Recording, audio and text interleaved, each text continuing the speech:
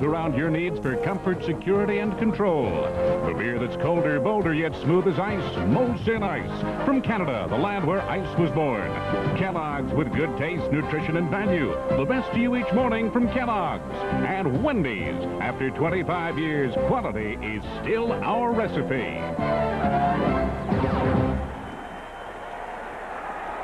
Now let's join our colleague on the field, another Hall of Famer, Lynn Swann.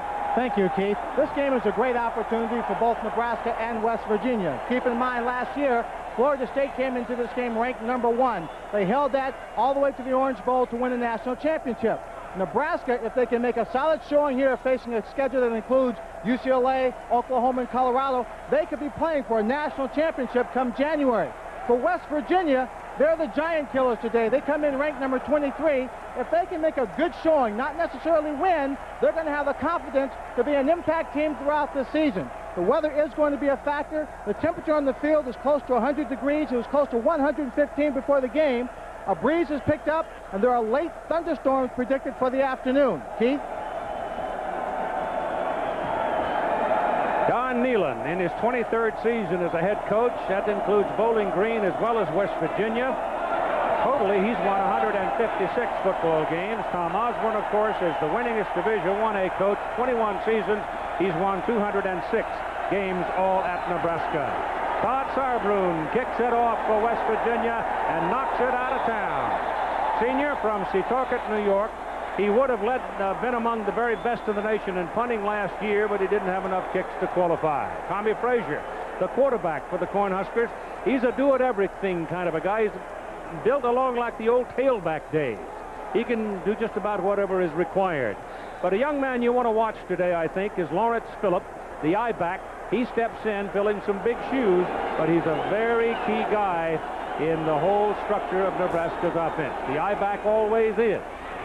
And he's got the ball. And he's taken down sharply on a driving tackle by number 97, Stephen Perkins, at the 21-yard line. The offensive front for Nebraska always will be a conversation piece, and all you have to do is look at the size of them.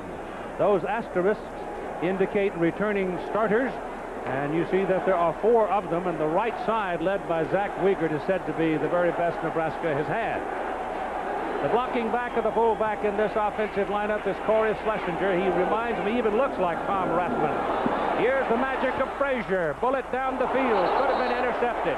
Tried to force it, didn't work. Eric Alford, a tight end, was the intended receiver, and they were all over him. David Mayfield, a very, very good, strong safety, could have picked that one off. Knute Curtis, John Browning, Barry Hawkins, Steve Perkins, the down guys for West Virginia. They need to get some pressure and hold their ground. If they can hold their ground, that frees the outside backers up to Tony and Puffy Wright. It is 3rd down and 9. Out of the shotgun goes Nebraska. Swing it out to Phillips. Phillips gets a block on the corner. Will not get the first down. The first test for the West Virginia defense gets at least a B+. Don Nehlen's got to be happy. His defense, he wanted his defense on the field first. He's got the fans behind him. Turned the ball over. 3 plays. Nebraska's got to kick it away. Nebraska comes in with a sophomore from Jamestown, North Dakota. He is a new punter for the Huskers. He came in on a baseball scholarship. 6'2", 195-pounder. So Darren Erstad, and the whistle from the side stops the play. And the officials today come out of the Big Ten Conference. The referee is Dick Honey. Timeout, West Virginia. The Mountaineers call a timeout. They have yet to possess the ball on offense. When we come back, Nebraska will be punting. To perfect the all-new 1990. Apparently, just before the punt by Nebraska, Mike Logan suffered some kind of discomfiture or injury, and he was taken out. Seems to be all right now. Yeah, he does. So here are the Huskers to punt for the first time. Erstad gets a little heat, left puts it out of there, gets a driving kick, some room to run for Vanderpool. Rashawn Vanderpool is caught and taken down at the 34, just when he had a little opening working for him up in the middle of the field. Phil Ellis brought him down. So out comes Chad Johnston. making his first collegiate start. How many of you guys who have made your first collegiate start remember that feeling? Your bones tingle, your mind is oatmeal, and the ground is uneven. Robert Walker is the deep man and the dangerous man for West Virginia. Very good tailback. Johnson on the first snap gives it to Walker, and why not? He whistles it over the right side, and he picks up close to 5 yards, maybe 6 on that carry. Here's your offensive front for West Virginia. Edwards, Robsock, Brooks, Dorado, and Click. They love to play historically with their tight end figuring prominently in their passing game, and oftentimes have produced some very, very good tight ends who can not only block but catch the football. It's second down and 6 and a whistle. And I believe they may have burned the clock. Trying to take their time, trying to calm the jitters, trying to get everything in focus. Dead ball, illegal procedure, false start against the offense, 5-yard penalty. Somebody couldn't hold their position, couldn't hold their posture, and you get the wiggle.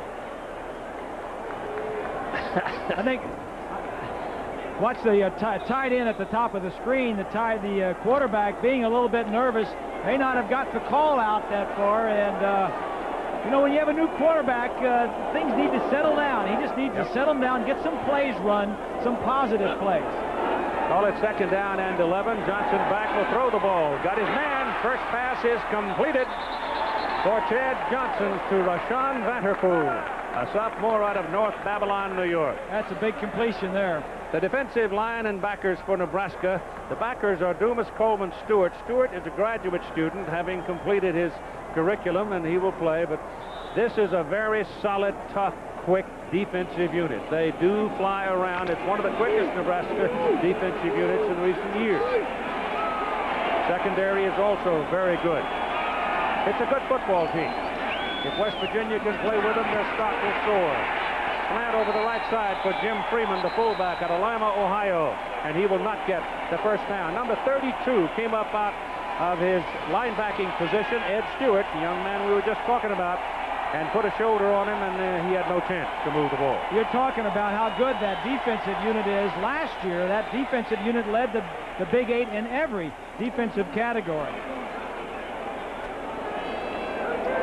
Here's the punter now into the ball game, Todd Sauerbrunn. He averaged better than 45 yards on 47 kicks, and he's got a dandy there. He can really rip it. Here comes Kareem Moss for the Cornhuskers, and they knock him out of bounds. It'll be a Nebraska ball. The ball came loose, but he was out of bounds. But he did not get to the 20. They decked him back around the 18-yard line. 53-yard punt.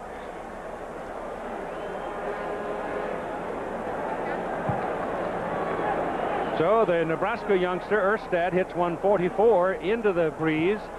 And Sauerbrunn comes back with a 53-yarder, so it looks like it's going to be a pretty good day for the punters. Put the ball at the 17-yard line, first down with Phillips the I-back, and the man in motion, hopefully drawing some room in the defensive secondary and moving the backers around. Doesn't have much impact. Holbein went wide, but not much room for Phillips to carry the ball. ABC Sports has college football doubleheader for you next week. Regional action beginning at 3:30 Eastern, 12:30 Pacific. Boston College, Michigan, Virginia, Florida State, Washington, USC, and then at 8 Eastern, you've got Notre Dame, Northwestern, or UCLA and Tennessee from the Rose Bowl. It is second down and about 4, long 3, as Frazier turns back into traffic, and he turns right into number 93, John Browning, and down he goes. Well, we talked about the speed of the defense for Nebraska, but this West Virginia outfit has got some speed around them too. That time the speed getting upfield just stopped Frazier as he tried to go down the line on the option. He lost a little bit. It'll be third down and 5.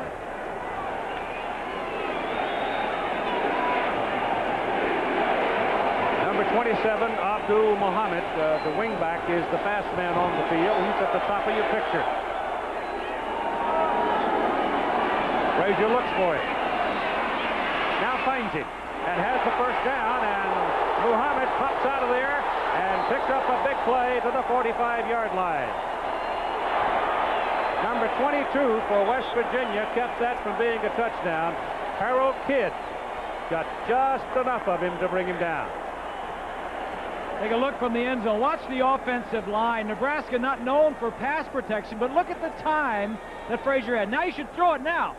Now he still has a lot of time. Abdul keeps coming, works to the inside, and Abdul Mohammed picks up the first down of the ball game. Just short of the 45-yard line. Here comes Phillips, the I-back. Crosses midfield, and for the first time today, another team is on the other side of the field. 48-yard line of West Virginia. Van Washington, the tackle. Phillips is not a gimme. Let me tell you, he's not some little dainty speedster. He ain't no skater. He's 6 feet tall. He weighs a solid 200 pounds. He's a sophomore from West Covina, California. Those numbers there were as a freshman. He gained over 500 yards, filling in for Calvin Jones, who was the starter last year, but he was injured quite a bit. They go double wide at the top of the picture. Give it to Phillips again. This is Nebraska's strength right here, Bob, you're looking at. Yep. Big people, they just beat on you. Well, that's why I mentioned before Nebraska's offensive line pass blocking, because their strength has always been run blocking and doing the option and those types of things with the little backs like Phillips to take off. Take a look at the offensive line. At 66 is Stye, 72 is Wiegert. There's a hole there, but Chatfield, the linebacker, plugs it. Graham, 54, gets his block. But the strength is at run blocking by that offensive line.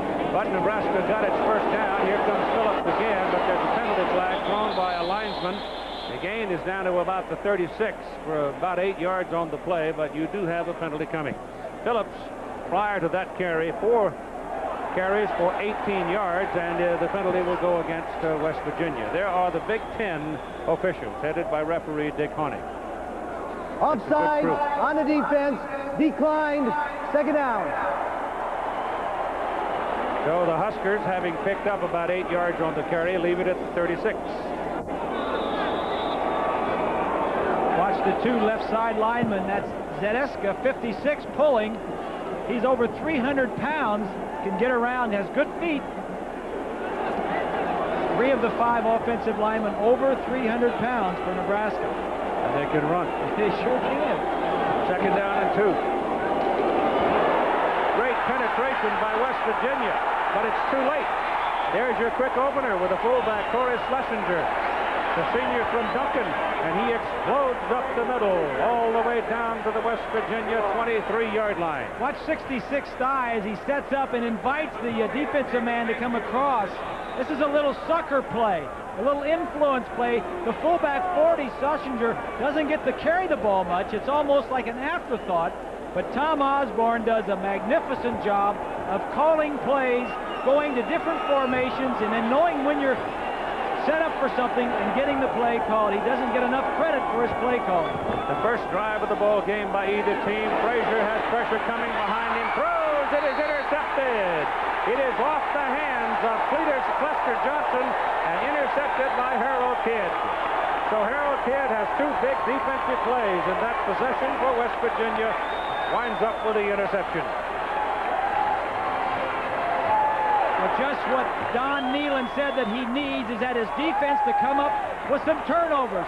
The ball is dropped by the offense. Kidd, who is replacing Logan, who was injured a little earlier, makes a nice play. His foot is in bounds, and it is a good interception.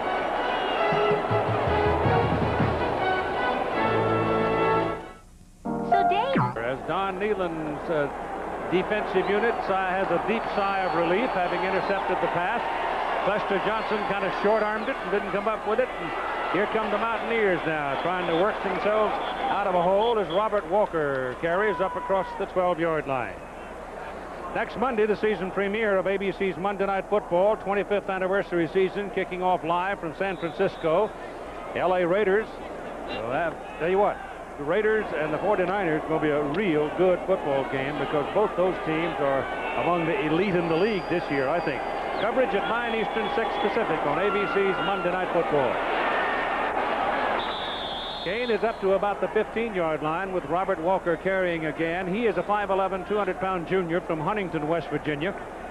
that Monday night matchup. You know who's going to be the quarterback for the Raiders, don't you? Yeah, Nealon's son-in-law. That's true. Jeff Hostetler. Hostetler, who used to be the quarterback at West Virginia. Married Vicky Nealon. Yep. Built a new house in Morganton. Yep. And Nealon just built a house down the road, right? I said, you ain't making as much as these pro players, are you, Coach? 14-yard line. It is 3rd down and 3 for the Mountaineers. On their own end of the field, Johnson back, getting some heat. Caught from behind, taken down at the 8. Pressure came from Kareem Moss and Dante Jones. Moss, 29, a senior out of Spartanburg, South Carolina. There's a safety blitz right here. Moss is the strong safety. Watch as he's going to come unmolested to the outside. The tight end says, whoops, I should have blocked him. The back says, whoops, I should have had him.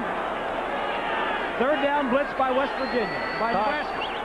Todd Sarbrun in the end zone to punt. First kick was 53. Oh, that's a howitzer shot.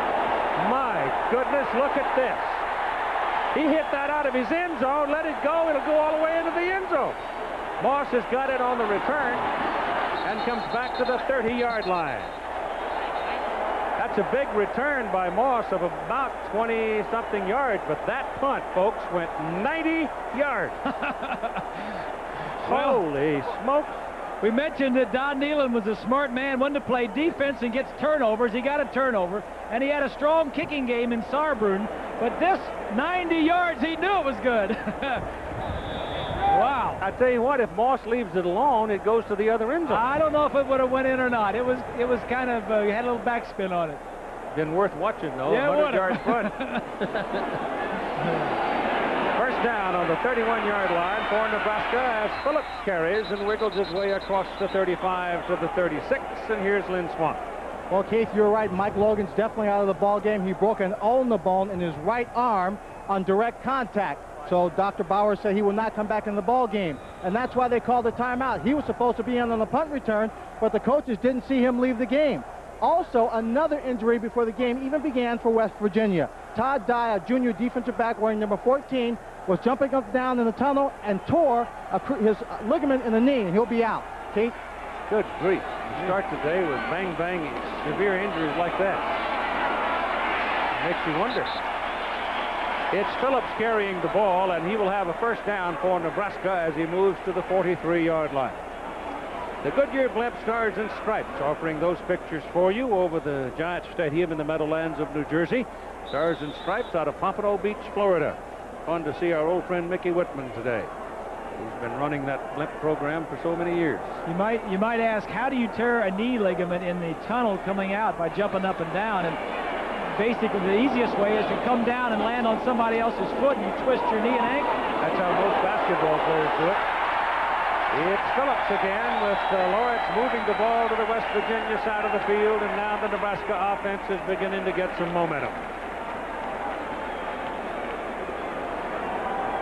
They beat on you and beat on you and beat on you, and eventually the hole appears and you're behind. Watch Wiegert and Stye as they're both the guard and the tackle going to get a couple of key blocks. Number 72 is Wiegert right there. 66 Stye. The fullback comes downfield. The quarterback options off the end. The right side is very strong for the Cornhuskers all year. Phillips on that little quick handoff as Frazier had come back to stand alongside of him in the deep formation. And he gave it to him, but not much there as the Mountaineers get to it in a hurry with Bo Chatfield, number 55, jumping into the middle of the play. That 90-yard punt by Todd Sauerbrunn obviously would figure to be some kind of a record. It is. The old West Virginia record was 78, set back in 1957. I would imagine that's also a stadium record. Frazier on the option. First down. 33-yard line of West Virginia. Charles Emmanuel the tackle. Well, you notice that Nebraska is running to their right side a lot. 72 is Wiegert, the right tackle. 66 is Stye, but watch Wiegert as he docks two men. The man over him and also the man inside of him, pushes him off about 6 or 7 yards. And Tommy Frazier, the quarterback, acts like a running back that he is most of the time, picks up a nice gain. Damon Benning is in at the I-back, relieving Phillips. Benning will get close to the 30. He's a 5'11", 205-pound sophomore from Omaha. The number 3 tailback for Nebraska is Clinton Childs. He's a junior from Omaha. Chatfield's been very busy today. Bo involved in his 5th tackle of the ball game. He's 6'3", 230 pounds. He is a sophomore at West Virginia, and he got away from the Wildcats out in Tucson, Arizona. 2nd down and 8. They may not miss him this year. Might not. He's a quality player. Frazier, little play action, dumps it off to this side, and the play is out of bounds as Mark Gilman, the tight end, out of Kalispell, Montana, takes it out of bounds. That was a 2 tight end set that Tom Osborne was using that time. You see Shaw, he is the starting tight end. All those players around him, he'll go to 3 wide receivers, he'll go 1 back, he'll go 2 tight ends, spread them out, run inside. They may not throw it a lot, but they'll use a lot of formations. Close. That much. Just a little bit.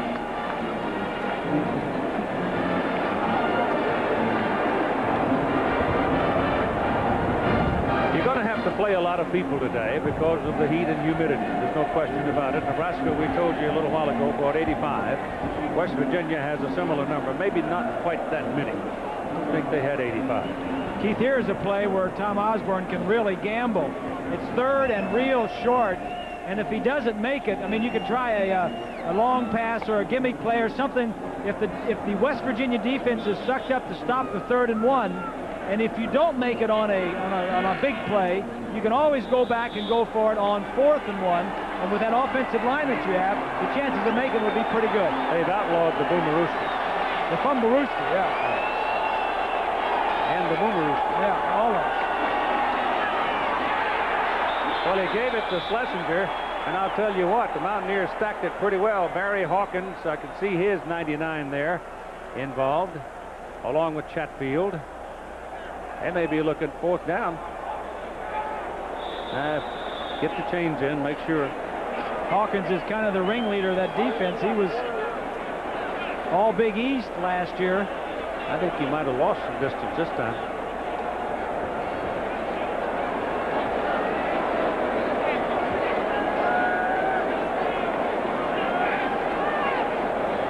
No, he lost a little bit. So it'll be 4th down. Take a look at the dark jerseys.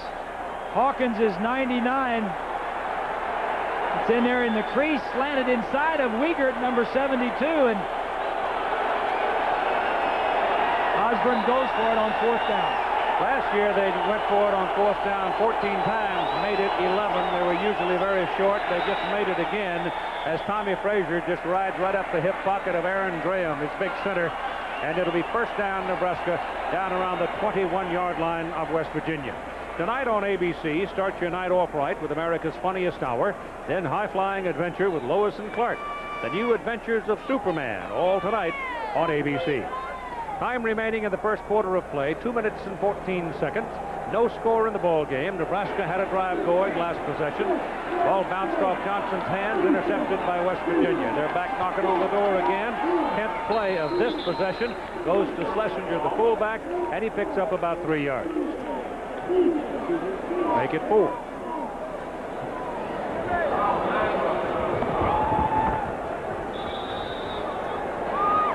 One of the real good football players on the West Virginia defense is Puffy Wright, a senior out of Miami, and I was trying to find out yesterday how come he's called Puppy.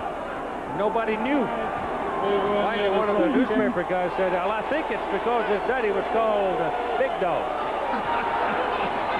Whatever, Puppy's a heck of a player, and they come hard, and they can't get there in time to get a piece of Frazier as he turns it upfield and moves it inside the 15. And I can tell that Puppy's going to be one of your favorite players right now. From behind Puppy, number 4 right there. Puppy goes over the top and gets a piece of Frazier. 93 is Browning. And Here he is. there's the son of the big dog, He's a good player. as we hear it. Great fellow. Everybody seems to like Buffett. All right, Phillips is back in the ball game now as the I-back standing back on the 21-yard line on 3rd down and 3.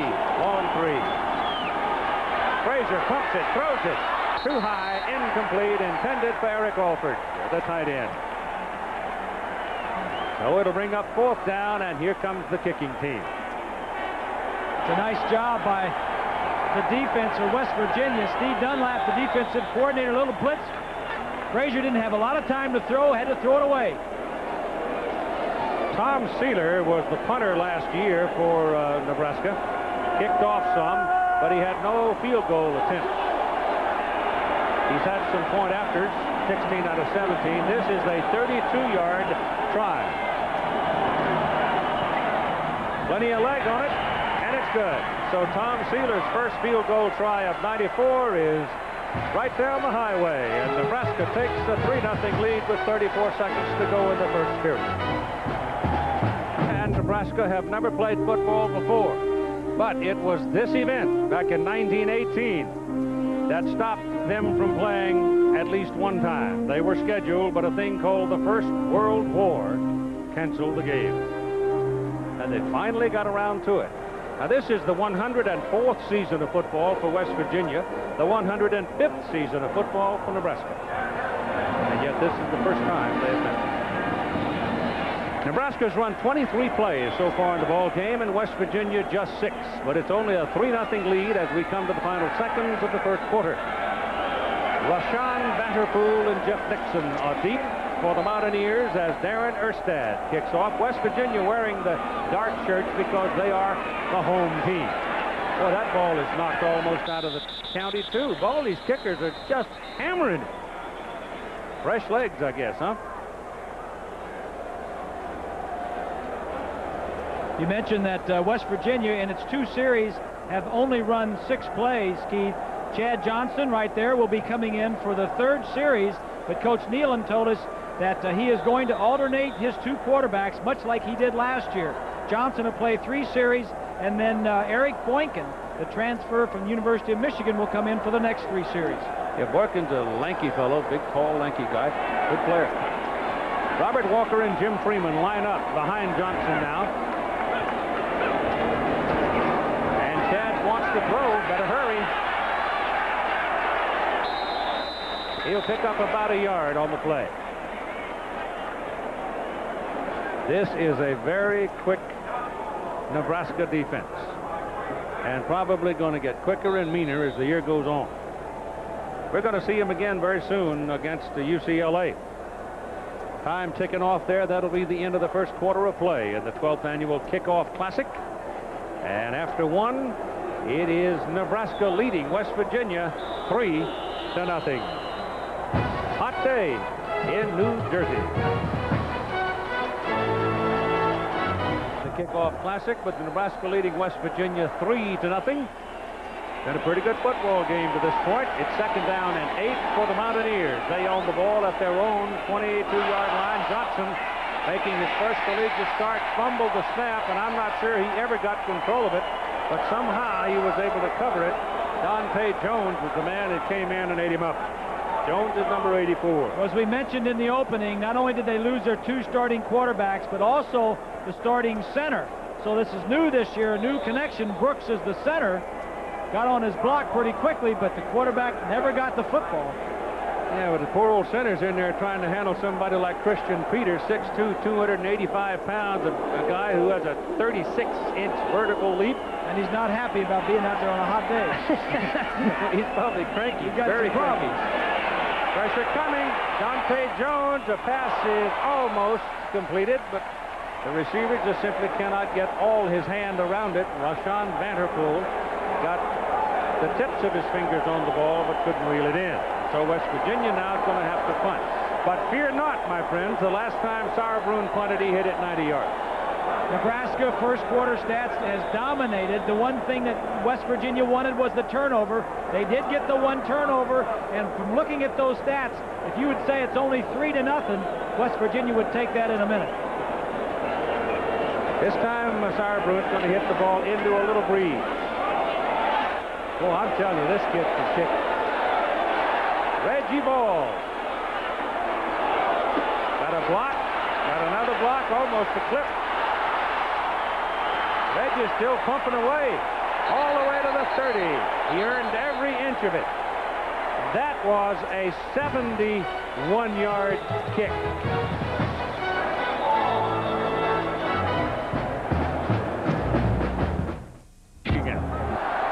That is correct. 70.7-yard average on 3 punts. That 90-yarder for Todd Sauerbrunn, the longest in school history. The 71-yarder you just saw, the 6th longest. But you know what? There's a problem. He's out kicking his coverage. Nobody's always happy with anything. Lawrence Phillips just carried the ball. Well, there's the win, and he's punted both ways. It's coming out of the Southwest. For those of you who are familiar with the Meadowlands, Giant Stadium, we mentioned in the opening that Don Nehlen said he had a strong defense and a very good kicking game, and we've seen that here in the first quarter already. Jeff McAvica is in at fullback now for the Huskers. Phillips is the deep back. Frazier going down the line, flips it off to Phillips, and that's very, very good pursuit by West Virginia. Bo Chatfield is over there. Aaron Beasley is there, and so is Matt Tafoni.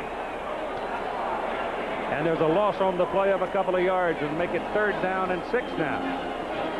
Tafoni is the captain of that defense, and he's from the New Jersey area, so he's playing in front of some fans of his, some family.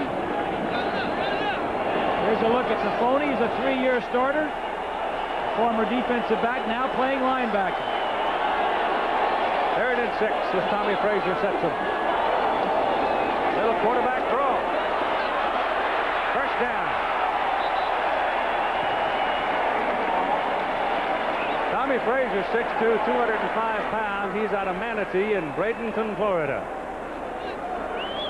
And he's like an extra running back in your backfield. They list him as a quarterback, and he certainly can play that position. He doesn't throw the ball like you do at the University of Florida and Miami in the passing schools.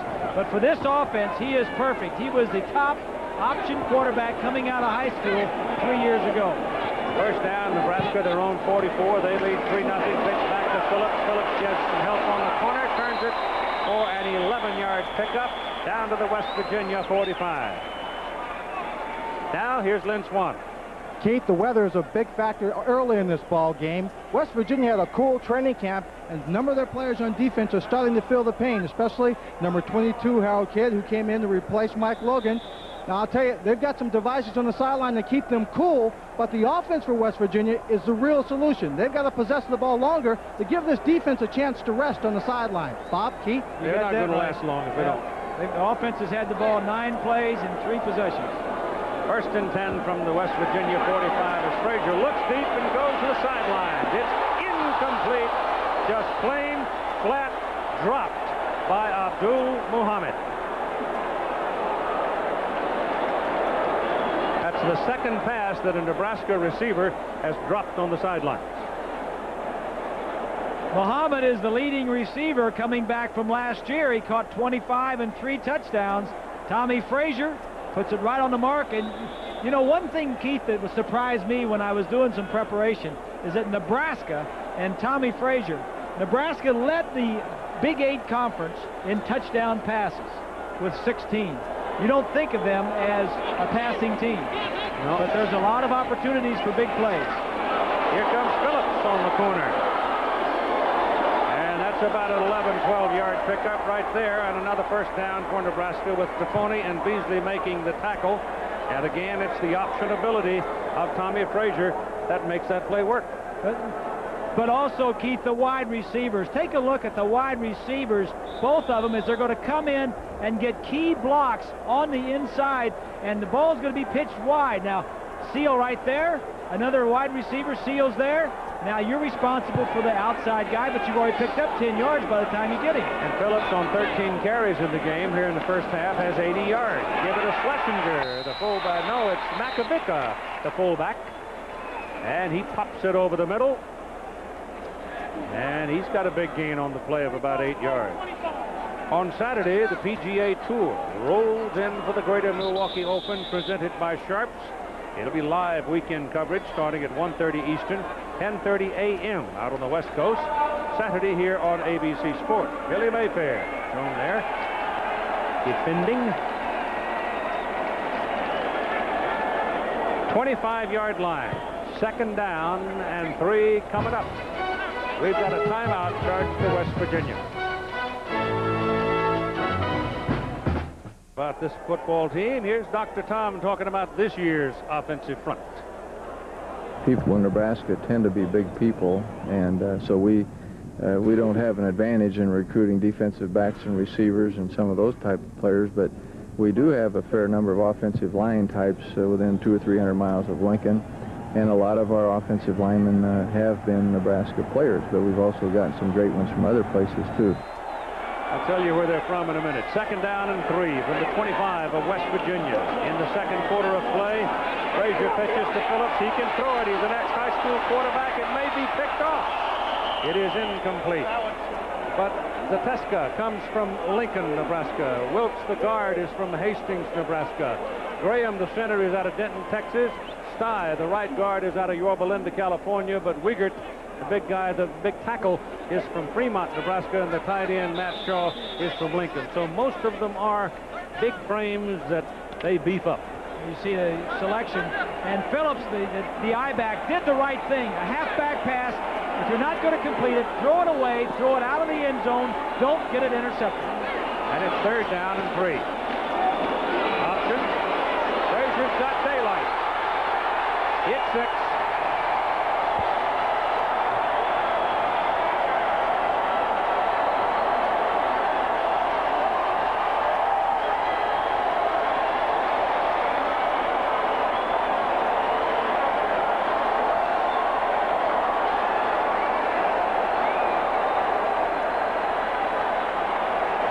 Nebraska had just been pounding and pounding, running inside and then outside. Good blocking by Johnson, 33.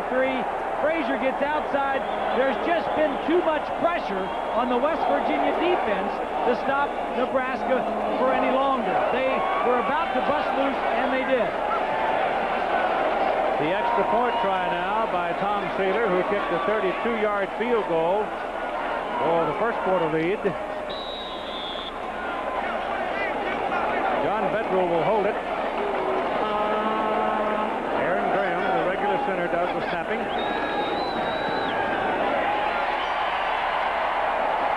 In the heart. With 10:49 to go in the first half, Nebraska moves out to a 10-0 lead over West Virginia. Water there because the temperature is well above, well, it's around 100 now. The breeze came up. At one time before the teams really got into their warm-ups today, the temperature on the field was around 110 degrees. While they are deploying for the kickoff here, let's talk for just a second about the rules change. The most obvious rules change, of course, having to do with taunting, trash talking, if you will, and the fighting on the field. Very simply, the rule this year is the officials take control of the game 1 hour before kickoff. Previously, it was only 5 minutes, so they come out and police it. And the rules change is this: if you fight in the first half, you miss the second half. If you fight in the second half, you miss the first half of the next game. If you come off the sidelines or off the bench to get involved in a fight, then you're going to miss the rest of the game, and you're going to miss the next game. And if you do it twice, you're going to miss the season. But also, this hour of policing before the kickoff enables the officials to control some of the taunting. And I think that alone is going to do as much good and I commend the committee for doing that. It needed it, it was needed, and it was there, and I think it'll be a deterrent. Vanderpool. No, sir.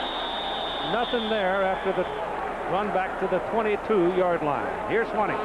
Keith, it's nowhere but college football where the fans and alumni tour with their team to watch them play. They come by plane, they come by bus. And this morning, 850 loyal West Virginia Mountaineers hopped on the train, and they came to Newark to watch their team play. They're a part of an expected 25,000 group of West Virginia fans to watch the game. Keith? Hope to have a good time. Their team's playing very well. It's a 22-yard line. Eric Boykin is in at quarterback now, who transferred over to Morgantown from Michigan. Eric Boykin is 6'3", 220-pound sophomore from Dayton, Ohio. He got caught in a numbers game at Michigan as much as anything. Mike Jacobs, the offensive coordinator, says that Boykin is a little bit better runner, a little bit more physical. Chad Johnson, who we just saw the first 3 series, is a little bit better thrower, but he says they're very equal in ability. Ken Troy Barber is in at fullback right now, and here's Boykin getting some heat, getting some pressure, and being sacked. And the ball comes out. Nebraska's got it. So they separate Boykin from the ball and come away with it. Coleman, the linebacker, very much involved in the whole play. Doug Coleman, number 46.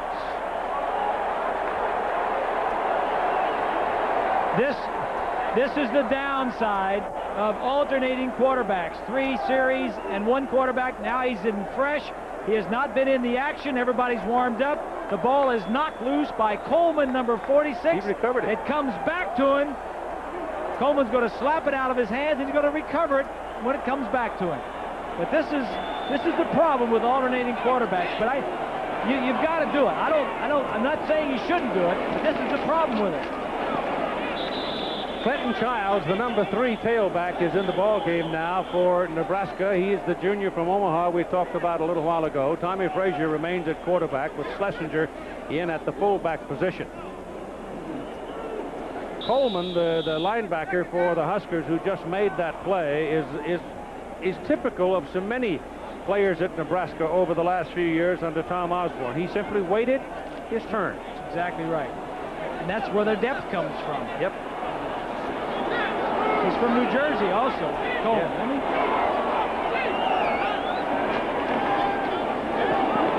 Here's Frazier into the end zone. Touchdown. Reggie Ball. They waited for a moment to make sure he had not dropped it and called it touchdown.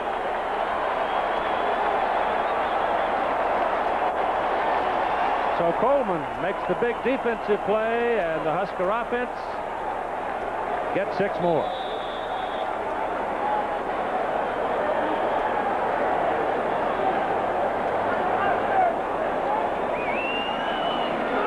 Here's Tom Sealer. He's 6'5", 205. If he looks like the biggest place kicker you ever saw, he probably is.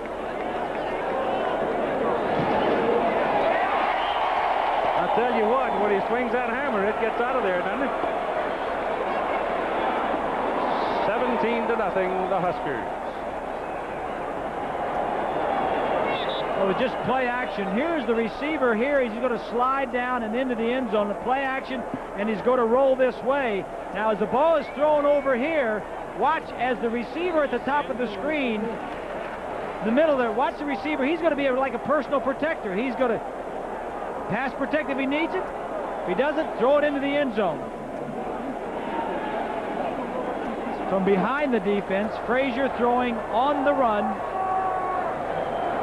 Nice catch by Ball. The back judge was standing right behind him and couldn't call it. He couldn't see it because he couldn't tell whether or not Reggie had trapped it.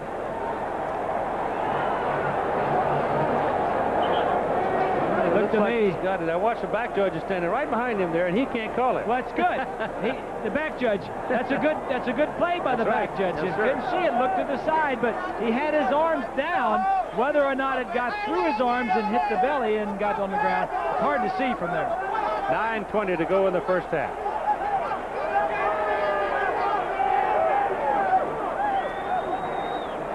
In first downs, Nebraska has 12. West Virginia so far none. Rushing yards, Nebraska 157, the Mountaineers -5. Frazier's saying, what's all the excitement about? He's sitting over there worrying about the next one.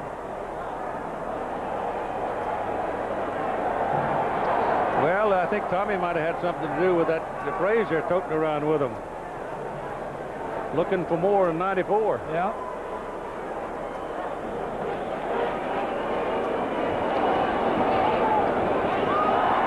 So the turnover, the fumble by the quarterback, Boykin, the turnover led to the immediate touchdown, and that was one thing that Neyland could not take.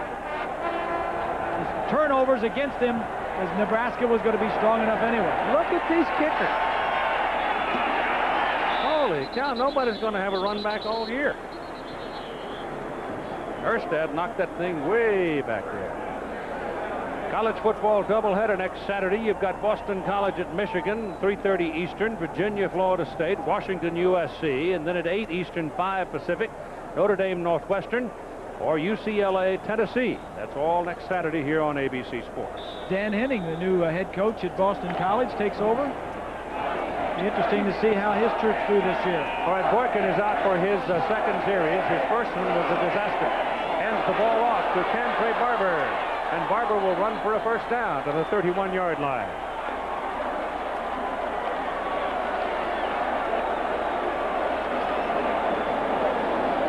There's a look at the first half possessions. They have not done anything offensively. We mentioned in the opening they lost both their starting quarterbacks, their 3 wide receivers, 3 of their offensive linemen, including their center.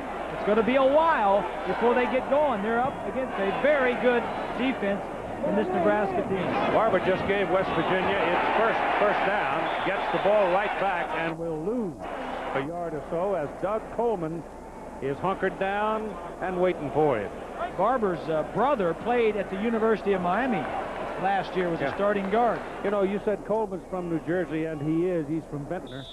But a lot of New Jersey athletes have gone to Nebraska, and I'll give you 3 names. Mike Rozier, Heisman winner. How about Rich Glover, consensus All-American, and a fellow named Irving Fryer. Those are 3 pretty good names. Not bad. Second down, 11. West Virginia has 11 players from New Jersey. Boykin looking around. He really didn't have anybody. He did after a second, but it was an all-out blitz. And the wide receiver at the top of the screen, at the top, can't see who that is. Was it Vanderpool? Yeah, I think it was Vanderpool. Yeah, it was wide open. Sure. Yep. But Boykin had people in the backfield. There's Boykin. He was one-on-one, and there was a blitz by Nebraska, and the corner jumped the little out move, and then he took off downfield, and he was 15 yards behind anybody. But Boykin was running for his life. Running for his life. Well put. Third down and 12. And he's sacked for the 4th time. The West Virginia quarterback sacked for the 4th time. Jared Tomich, number 93, a sophomore out of St. John, Indiana, got that one for Nebraska. West Virginia's trying to run their option. They're trying to run east and west. This Nebraska team, we told you, is so quick. They're upfield. It's tough to run left and right. You got to run straight ahead. Yeah, but this guy's worth the price of the ticket. Here's Sauerbrunn right here. I mean, he's worth the drive. Averaging 70.7 on 3 points. Last time he hit it into the wind, he went 71 yards. That's not going to go 71, but it's got better hang time and going to get better coverage probably. Oh my goodness, look at this. Reggie Ball has all kinds of room and comes back across the 45. That was a 54-yard punt, but about a 20-yard return. So good long punts are fine if you've got speedsters that can go down and cover it. Yep. Captain Richard Daniels out of Burbank, California, driving the Stars and Stripes about today. Have you ever driven a blimp, Robert? Never have. I have. It's fun. The first 10 seconds is terrifying. After that, it's fun. All right, let's look at Brooke Behringer at quarterback for Nebraska, the junior out of Goodland, Kansas, 6'4", 210, big, strong guy. As Tommy Frazier has been in there for a 17-0 lead, and now Brooke gets some work. Hands it away to Clinton Childs, a 215-pound tailback. Nebraska now is getting about 5-6 yards on every first down play when they're running the ball. They seem to be wearing West Virginia's defense down. Obviously, West Virginia defensively been out there a long time. Nebraska's been running players back and forth, Frazier gets his first view from the sideline. If there is one weakness in this Nebraska team, Keith, it might be at quarterback. If anything happens to Frazier, they are not real deep at quarterback. Second down and 4. Inside traffic with the fullback Schlesinger. Corey's grown up. He's 230 pounds now.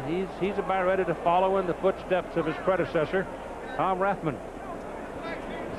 I think he's got a haircut, and he even looks like him now. Rathman was a heck of a player. Still is. I think you'll find him very prominently displayed in the Raider offense. Yes. I think Don Nealon was pretty pleased with the way things were going until that last fumble by his offense that led to that touchdown by Nebraska. Third down and 3. Erringer turns back and runs into a whole lot of dark blue shirts. The first hit came from Van Washington, a sophomore out of Monticello, Florida. West Virginia goes south to get their speed people oftentimes, get a lot of people out of Florida. Pennsylvania and New Jersey. Those seem to be the prime supply sources of talent for Don Nealon's Mountaineer program. Other than West Virginia, he gets most of the people in his home state. This punter for Nebraska, Erstad, is a pretty good baseball player himself. He played in the Cape Cod League. He was the most valuable player in the Cape Cod League this summer. 12 home runs. He could swing the bat with his foot. He'd be all right, too. He'd be in the majors. He's pretty good. Well, he kind of twisted that one and didn't get much of it. It takes a Nebraska bounce. And then dives on into the end zone. They just missed downing it. About straight up on the first bounce, but on the rug, if it's a tail dragger, it'll just run away from you and you can't put it down. 4:29 to go first half. Everybody very much in prominence, and Nebraska, some of their folks are here. A little longer trip. Got a lot of Nebraska alumni around the New York City area. West Virginia to the attack from the 20-yard line with Robert Walker getting back into it. Robert is out of Huntington. Jimmy Gary, who is a speedster out of Okeechobee, Florida. We've not seen him yet. He busted a leg last year, which gave Robert Walker his chance to play, and Robert went for over 1,000 yards. Now Jimmy's kind of hanging around and waiting to see when he gets his chance. You can see the Mountaineers haven't done much yet with their offense. Walker dropped the ball, but he keeps it. So Don Nealon shakes his head over that. And now Coleman coming back on the field now for the Nebraska Cornhuskers at the linebacker position. Phil Ellis coming out. Phil is a junior out of Grand Island, number 41, trotting off the field. Put the ball at the 24-yard line. It is third down and 6 with 3:20 to play in the first half. Eric Boykin is still your quarterback with Barber set behind him. They've got 3 receivers bottom of the picture. Dante Jones putting the pressure on, and the pass is a little bit underthrown, and Vanderpool cannot come up with a catch in front of Mike Minter. At halftime, look at the game scheduled on ABC in September. Then we'll visit with Tom Osborne, talk to Don Nealon, and we'll have some highlights from yesterday's Little League World Series.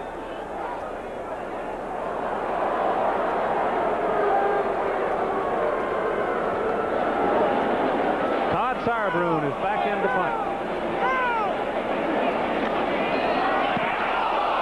That's another good one. Oh, he's something. That ball is loose, but he gets it. Fortunately, Reggie Ball got a good bounce and then takes a pretty good lick up around the 26-yard line. This kid is unbelievable. 64 yards on that punt. I've never seen anybody kick a football like that. Here's Lynn Swan. Keith, both teams seem to be trying to get that heat under control. As we said earlier, West Virginia has an air conditioning system called Cool Zone that creates a fine mist behind the bench area. The Nebraska team has another device, just a series of air hoses that spray a fine mist over each player. As a matter of fact, there is a portable system for the coaches and trainers should the heat be too unbearable for them. And it has to be at least over 100 degrees on the field here, Keith.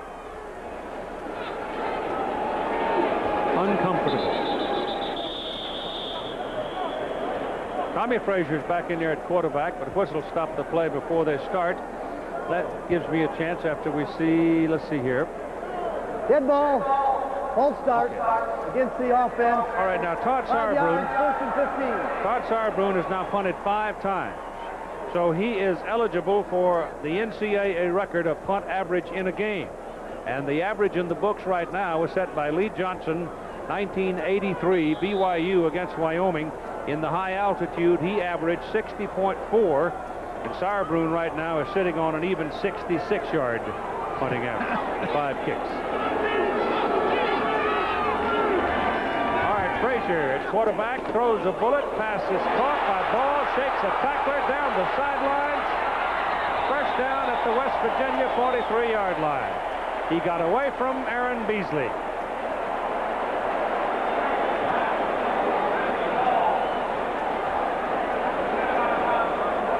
From behind the defense, just a little quick out to Reggie Ball. Beasley is their top cornerback, just kind of blocks him, thought he was going to knock him down. And then Ball shows some speed, steps out of bounds. They bring it back to the 44-yard line where he hit the chalk. Macabeka is the fullback. You got a new center, Humphrey, in the ball game. Down the middle it goes. Foot race. And it is incomplete with Riley Washington, a speedster out of Chula Vista, California, trying to run it down. And he couldn't do it. So Bill Humphrey, a senior out of Libertyville, Illinois, is in there snapping the ball now. And it's a chance for both coaches to find out who's behind whom. Let's get some depth. Let's let everybody get their lumps and bruises and some experience. Tommy Frazier, 121 yards total offense, 71 passing and 50 rushing. Lawrence Phillips, obviously headed for a 100-yard day. Tommy Frazier has a touchdown rushing and a touchdown passing. Phillips has 82 yards so far on the day. They have a week off and then play on the road again at Texas Tech. And then come home for UCLA. Bob and I will be there along with Lynn Swan and our crew to cover that game for some of you in Lincoln. Graham is back at center now on 3rd down and 8. All day for Frazier. And he threw a bad pass. He picked the wrong man and threw a bad pass, and Aaron Beasley's holding his head because he should still be running the other way with it.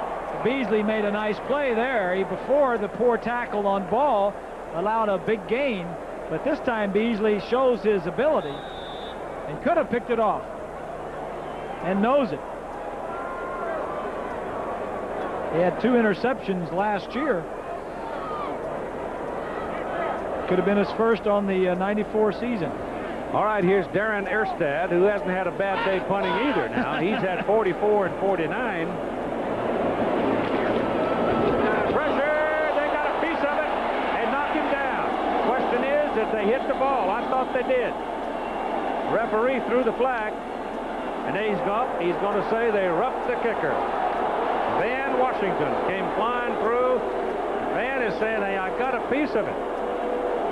I can knock him down if I hit the ball. Well, let's have a look. Come right up the middle. I like the call. Don Nealon, the 50. Number 1, Washington is unblocked. Comes right up the center. Just didn't get his hands on the ball. You don't go for the kicker or his foot. You go for the foot where the ball is going to come off of it. There's no question he hit the kicker and did not get the ball. 15 yards, automatic first. He kind of short-legged that. When he saw it was going to be blocked, he kind of pulled it back and just kind of kicked it off the side of his foot. But I like the call by Nealon. You needed something to get things going. You had good field position around the 50. If you block it, you could have got a score before the half is out.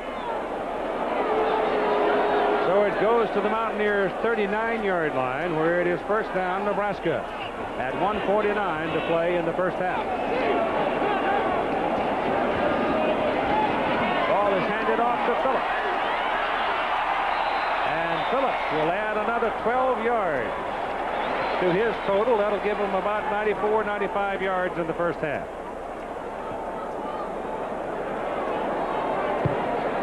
If they had been able to get a hand on the ball, get a piece of the ball, there'd have been no roughing call. 72 there, Keith, is Wiegert. We've been talking about him. He's 6'5" and 300. He's two-time all-conference. Had a problem this year with an injury that not many offensive tackles that big have. I'll get back to it right after this play. Option, Frazier. He's gone.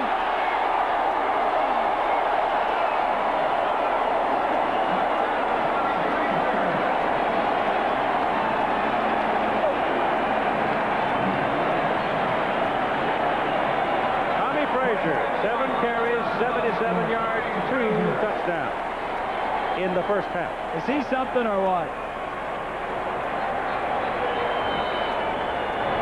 Now what? I want you to take a look at the fullback's block. 22 to the left there. That's the backup fullback getting an opportunity to play. And the wide receivers all getting their blocks. In Nebraska, everybody blocks, including the wide receivers. Tom Sealer. Right down the middle. At 1:20 to go in the first half, it is 24-0, Nebraska leading West Virginia. Tommy Frazier, in my opinion, is a very, very, very good college football quarterback. I don't give a fiddling what the pros think about him. He's a very good college football quarterback. He is not going to be a pro football quarterback, but he is, for Tom Osborne's offense and for the type of offense that they run, that Lou Holtz at Notre Dame likes to run. It was either between Nebraska and Notre Dame. It got down to that. Both schools wanted him. They run the option and they throw a little bit. Tommy Frazier can do both, and he is a bright young man. I'll guarantee you, if he was playing for Lou Holtz, he'd be just as good over there. Oh, sure. Same system. People back in Palmetto. Darcy, my mom, dad, Rod, White Mel. What's up? Bruce, keep doing it. Just save your breath, Tommy. You're going to have a lot of time to talk this year. Nice youngster. 17 and 3 as a starter at Nebraska. He started as a true freshman, the first quarterback ever to start it as a freshman in Nebraska. This is the best kicking exhibition I've seen in a long time in a college football game. Erstad did no chance to return that kickoff.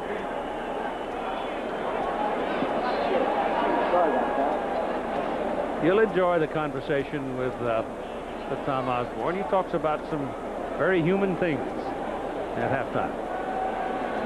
1:20 to go. West Virginia out on the 20-yard line. And Chad Johnson comes back at quarterback for the second go-round for him. The average starting point for the West Virginia offense in this game has been their own 20-yard line. That's not very good.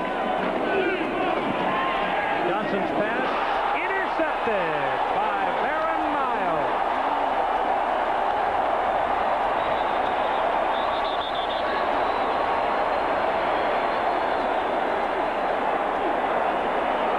You got a penalty flag down on the 11-yard line. Personal foul is called against the Cornhuskers. Personal foul. Take a look at the play. The receiver's going to go down deep, and they try to get the ball to this one out of the backfield. But here is the corner that's going to intercept the ball. Watch him as he sees it coming all the way. Sees it coming. Miles just jumps in front of the intended receiver. And that is an awful heads-up play. Had vision into the backfield, saw what's coming, and stepped up and made the play. Miles, the coaches say, is the best athlete on the Nebraska team. Somebody's going to get chewed out wearing the white shirt, though, because one of them got involved in a little pushing match, and the team got hit with a 15-yard penalty. And that will not make the Nebraska coaching staff happy. Frazier, Philip Schlesinger, the backfield. Tommy back, swings it out to Philip. He gets a block over there on the corner from Brady Keski, and he turns the corner. And West Virginia takes the ball away from him. Canute Curtis put the big hit on him, and it looked like Ernie Williams came out with the ball, and West Virginia gets the turnover.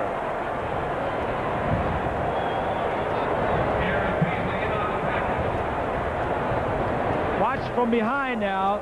Somebody's going to rip it out. That's Canute Curtis, 42, right there. Okay, he caught Right him, there. caught back up with him. Yeah, nice play by Curtis. Phillips, just a sophomore, needs to realize that when he is being caught, when he's chased from behind, he's got to put that ball away. From the 17 on first down, Cantroy Barber runs it out across the 20 to the 25-yard line. That's a pickup of about 8 yards, and you've got 50 seconds remaining in the first half. This Barber kid, Keith, really looks good. He is big, and he's strong, and he's fast. He transferred a couple of years ago in from Colorado.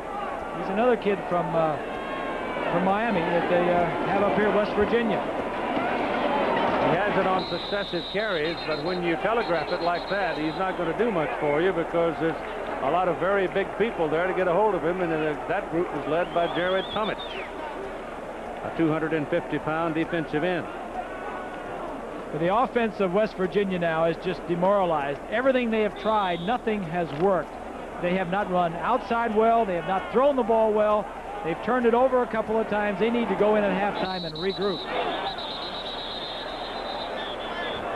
Defense can jump around, offense can't move, and I think the penalty is going to have something to do with the pressure from the defense. Offside on the defense. Yep. 5 yards. They got too far into the neutral zone and may have made contact. Probably did.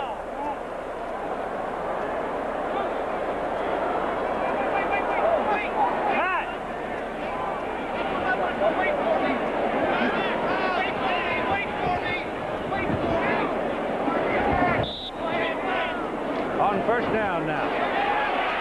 Ted Johnson cannot get away from Grant Wistrom. He is a freshman from Webb City, Missouri, and the half is over. Virginia.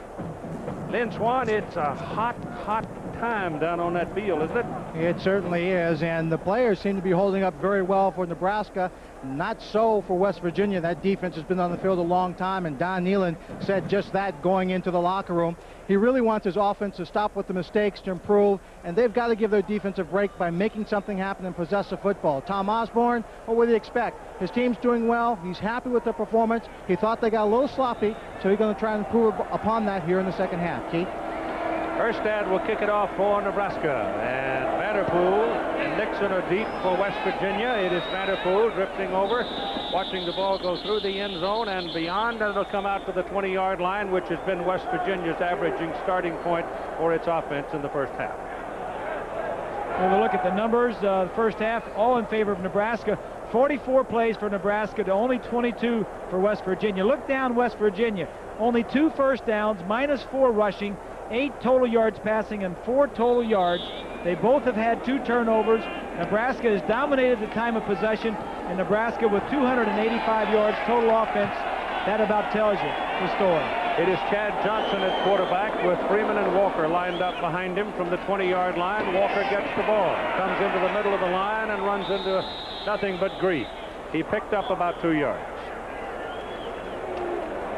Here's a look at what West Virginia did in the first half. The first 3 were 3 plays and out, and a punt. Then they fumbled, 2 more punts, an interception. But look, they have never had the ball more than 4 plays. That means their defense has never rested longer than 4 plays at a time. The offensive leaders, not much for the quarterbacks. The running backs, not much. 1 reception by Vanderpool.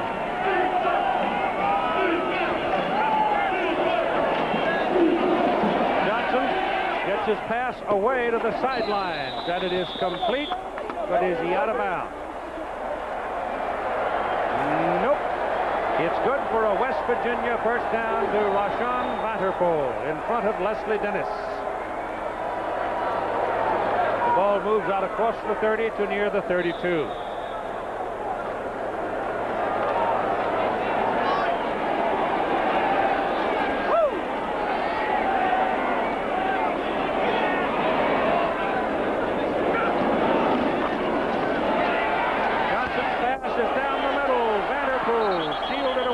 the ball legally by Minter, had no chance to get to it. And that's the first time that West Virginia has had time to go deep. Exactly, Keith, and the key word is time. They have tried to go deep. There have been some routes deep, but they have not had time. This kid Minter, a very good player, was played a lot as a true freshman last year, is now the starting free safety. He's just a sophomore.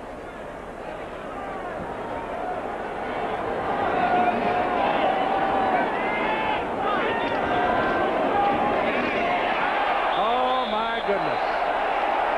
Troy Dumas, number 4, senior, Cheyenne, Wyoming, just put his fingerprints all over Chad Johnson.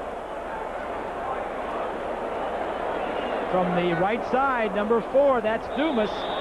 The Nebraska defense, two of their linebackers were formerly defensive backs, and 2 of their defensive linemen were formerly linebackers. So they've got a lot of smaller people, but very, very quick on the field. 3rd down and 14.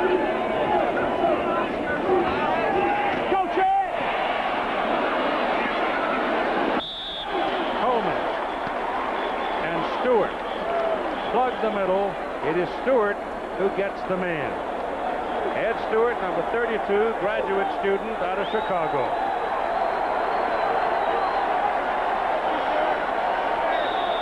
The West Virginia offense just can't do anything with this Nebraska defense. Todd Sauerbrod in now. He's had 5 punts. This will be 6. He has a chance, if he continues to kick this way, to set a new NCAA record this afternoon. They set a record for attempts. That was almost blocked. High hanger, and it goes to Moss. Kareem Moss getting some help, and is finally run down up around the 42. That was a 52-yard punt. So that's going to hurt his overall average. By far his shortest. Nebraska, they had the ball 8 times. The one long drive, 13 plays, but other than that, they have struck rather quickly. They scored 3 of the last 5 times they had the ball. Tommy Frazier's the quarterback, and Lawrence Phillips is behind him. And it's Phillips skating through for 6 yards.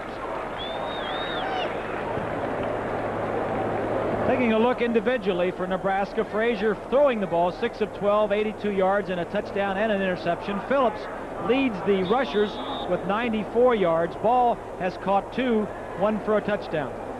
And Phillips just reached 100 yards on 17 carries. Not bad. We've got 12 minutes to go in the 3rd quarter. I don't think he's going to play a whole lot more. Got it again. Zach Wiegert just knocked 2 people down, just turned back into him and shielded, if you will, the running back. And then is frustrated because he didn't get a chance to lay a lick on somebody. Before the half, they scored a touchdown. We were talking about Wiegert. I was mentioning he had an injury that was uncommon for an offensive lineman. He's 6'5" and 300. He had a pulled hamstring. And when he came to camp, everybody asked him, how did he pull his hamstring? Well, he pulled his hamstring water skiing. Water skiing. Now, can you imagine the size of the boat, of the engines, to get that big man out of the water? or the fall he must have taken when he pulled it. Well, Frazier and Schlesinger run together on the handoff, but the offensive line surge is such that Schlesinger still picks up about 5 or 6 yards on the carry. I'll bet you that he started halfway down the hill. They didn't pull him out of the water. They may not have started in the water. They may have started from the beach somewhere. There he is, blocking, staying with his man. He is one of the favorites for the lineman awards at the end of the season. Well, Nebraska's had 6 awardees, yes. Over the years, they certainly won 6. have. He's one of the favorites.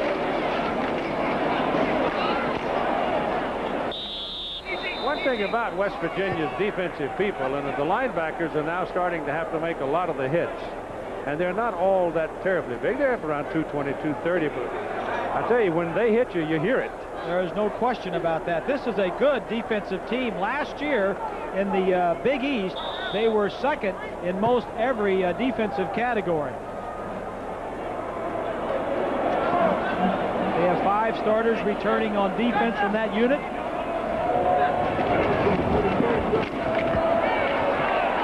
There's the first down. Move the change. The ball goes down to about the 31-yard line. Tonight on ABC, start your night off right with America's Funniest Hour, then High Flying Adventure with Lois and Clark, The New Adventures of Superman, all tonight here on ABC.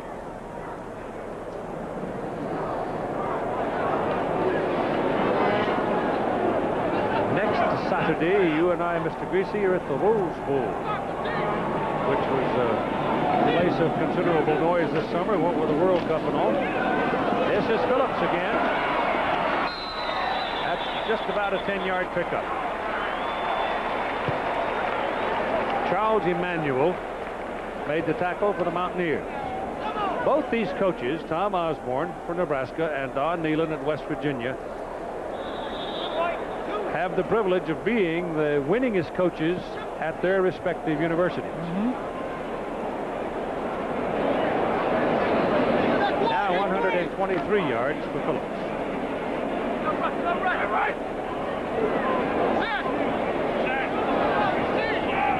Remember the old homily about good running backs. The more they get it, the better they get. Frazier throws the ball into the end zone. It is incomplete. You got a penalty flag thrown down there. The pass was intended for Eric Alford, and Frazier just didn't get the ball there in time because he had his man early on, but West Virginia got in his face and buggered up the play a bit. The interference is against West Virginia, so it's a 15-yard penalty and a first down. And the man that interfered with the receiver was not the one that almost intercepted it. That was further on downfield. Pass interference on the defense, 15 yards, automatic first down.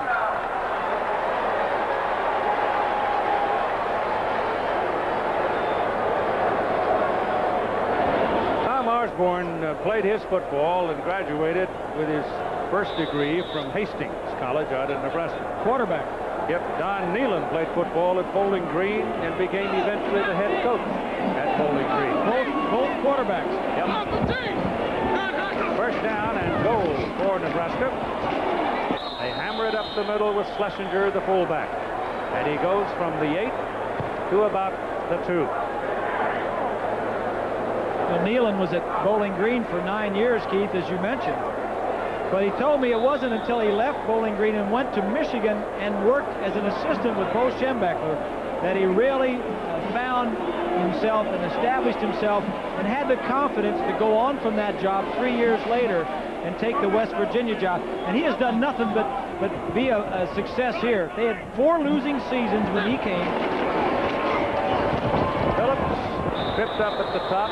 Number 99, Barry Hawkins, had penetrated the big guy from Marietta, Pennsylvania, and got him up in the air, and they held him.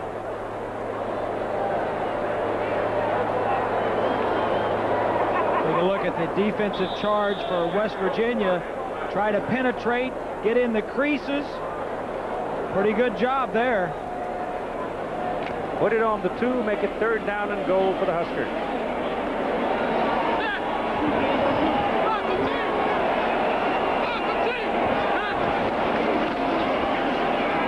Keeps it, throws it, and it's intercepted. Tried to force it, and Charles Emanuel picked it off. Frazier is still down on the turf. Holding his arm and shoulder. He threw only 4 interceptions last year. He's thrown 2 today. He tried to force it. The concern for Frazier is injury because he got injured last year in the first game, missed several games. He's been hurt some in preseason training. And here you are right here. Well, it's a clean hit. Ball is thrown behind him. We'll check on him when we come back right after this.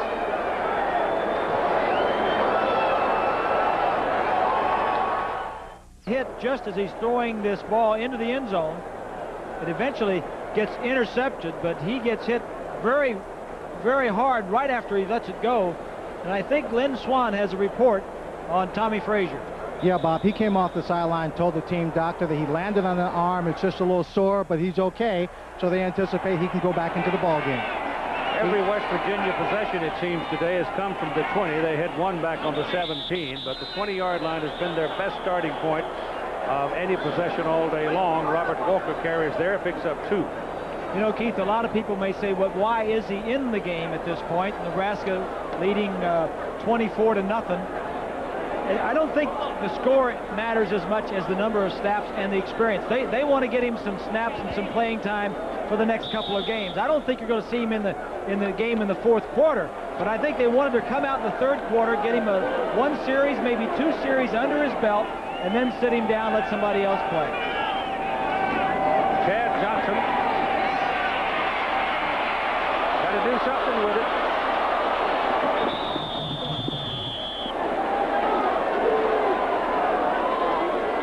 I'm not sure that Chad could have thrown that ball safely to anybody in the neighborhood and not been flagged for intentional. He just had to eat it. Well, he had plenty of time that time. There was good pass protection. He just didn't have anybody open, and instead of just throwing it incomplete, he just picked up a couple of yards. Lost a couple of yards. But it wasn't intercepted. Third down conversions today for West Virginia is pretty gloomy. They're 0 for 6.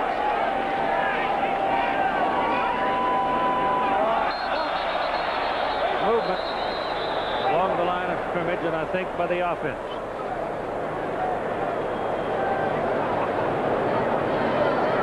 Dead ball, hold start on the offense, 5 yards. The Kickoff Classic on ABC Sports, brought to you by Chevrolet Trucks, the most dependable, longest-lasting trucks on the road. And Minwax Wood Finishes. With Minwax, it's easy to make wood beautiful. Minwax Wood Finishes.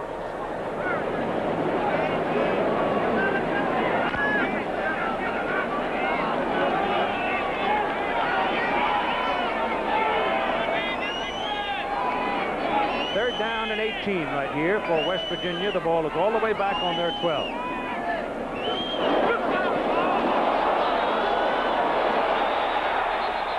Nope, not a safety. Down on the 2. Little offsides there, too. A little bit. They're not that quick. A little bit. They're just overwhelming now. Dwayne Harris and Dante Jones are both offside. Yeah, when you start 3 yards on the other side of the line of scrimmage, it's kind of tough to block them. Offside on a defense, 5 yards, still third down.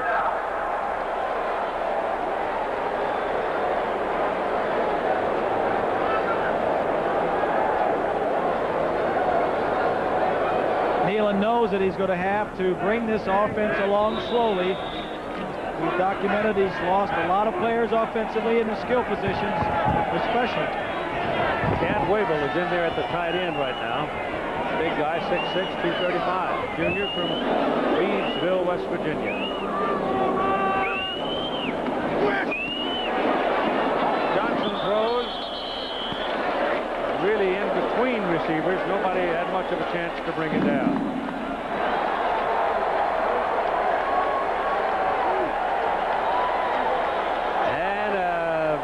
Anticipation ripples through the crowd, believe it or not, because here comes Todd Sauerbrunn, who's been a big story. Fourth quarter now, he's going to have the win with him. He's averaging 63.7. The record is 60.4. Well, that's his shortest of the day unless it hits and runs. And it is rolling. He's got a good roll on it. So it's going to work out all right for him. Goes back to the 30, back to the 29. It goes as a 54-yard punt. That brings him down a little bit more toward the record, but he is still above it.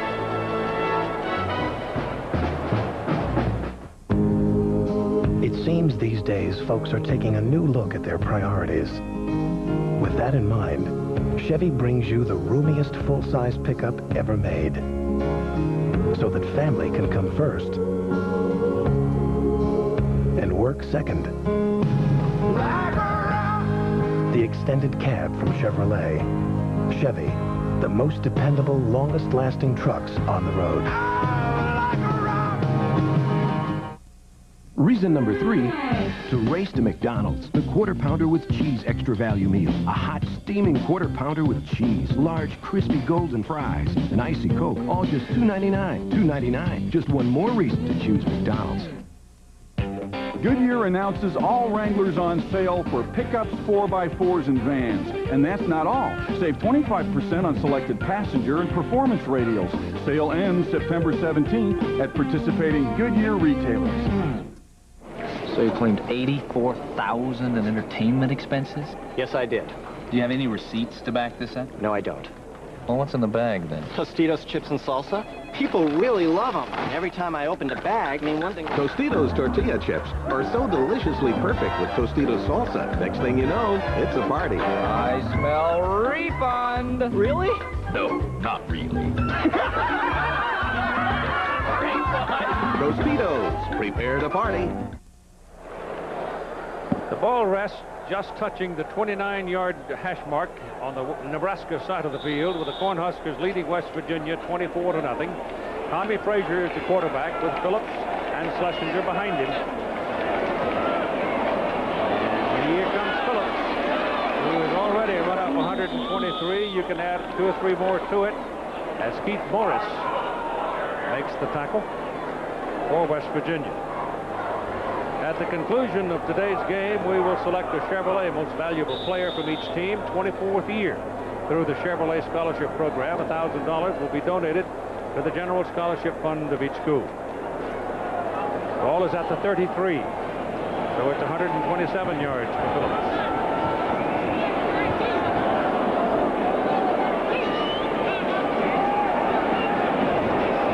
Frazier carries. He's a yard or so short of the first down. The Nebraska passing game has not been impressive today at all, but they, in fact, haven't really needed it. They've been able to control the game without putting it up much.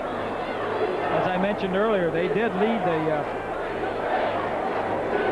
Big 8 in touchdown passes last year. Touchdown passes per attempt, obviously. They don't throw it very often. They can throw. I classify this attack as a sneaky pass attack, because they get you so much looking for the run. You got to commit 9 guys to the run. You get a lot of one-on-one coverage on your wide receivers on the outside. But the guy that is now sort of the tutor and a member of the Nebraska coaching staff is Turner Gill, and very much the kind of same player that Tommy Frazier.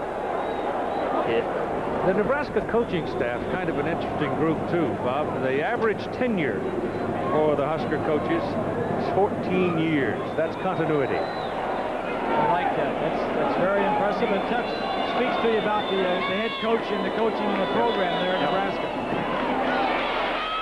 Lawrence Phillips is caught behind the line of scrimmage. That was a good defensive play by number 42, Knute Curtis. And also Barry Hawkins, number 99. Leonard Mayweather has also been in there a bit now, number 98 getting some playing time, but it was Hawkins, number 99, that reached in and made that play. Probably the only other staff that has that kind of tenure, of course, Tom Osborne has never coached anywhere but at Nebraska, since he was on Bob Devaney's staff. But Penn State might well... Penn State. Second down and 13. Phillips can't get loose from James Thomas, and he's brought down. So second down and 12 coming up. Third down and 12.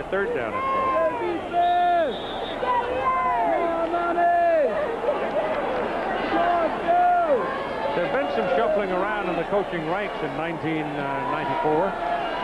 Going into 94, the notables, as you mentioned, Dan Henning up at BC, Larry Smith out of USC going to Missouri. Ed Polner is the new head coach at San Diego State. Back. Frazier looks all day, has his man, and he didn't come up with it. The pass was thrown behind Abdul Muhammad. It's a poor throw. Yep, bad throw.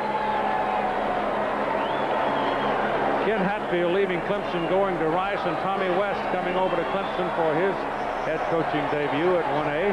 Brad Scott leaves Florida State and takes over at South Carolina. Rick Minter leaves Notre Dame and goes to Cincinnati. Fred Goldsmith goes into Duke. Jeff Horton up to UNLV, and Chris Ault retakes the coaching job, moving from the AD chair at Nevada Reno.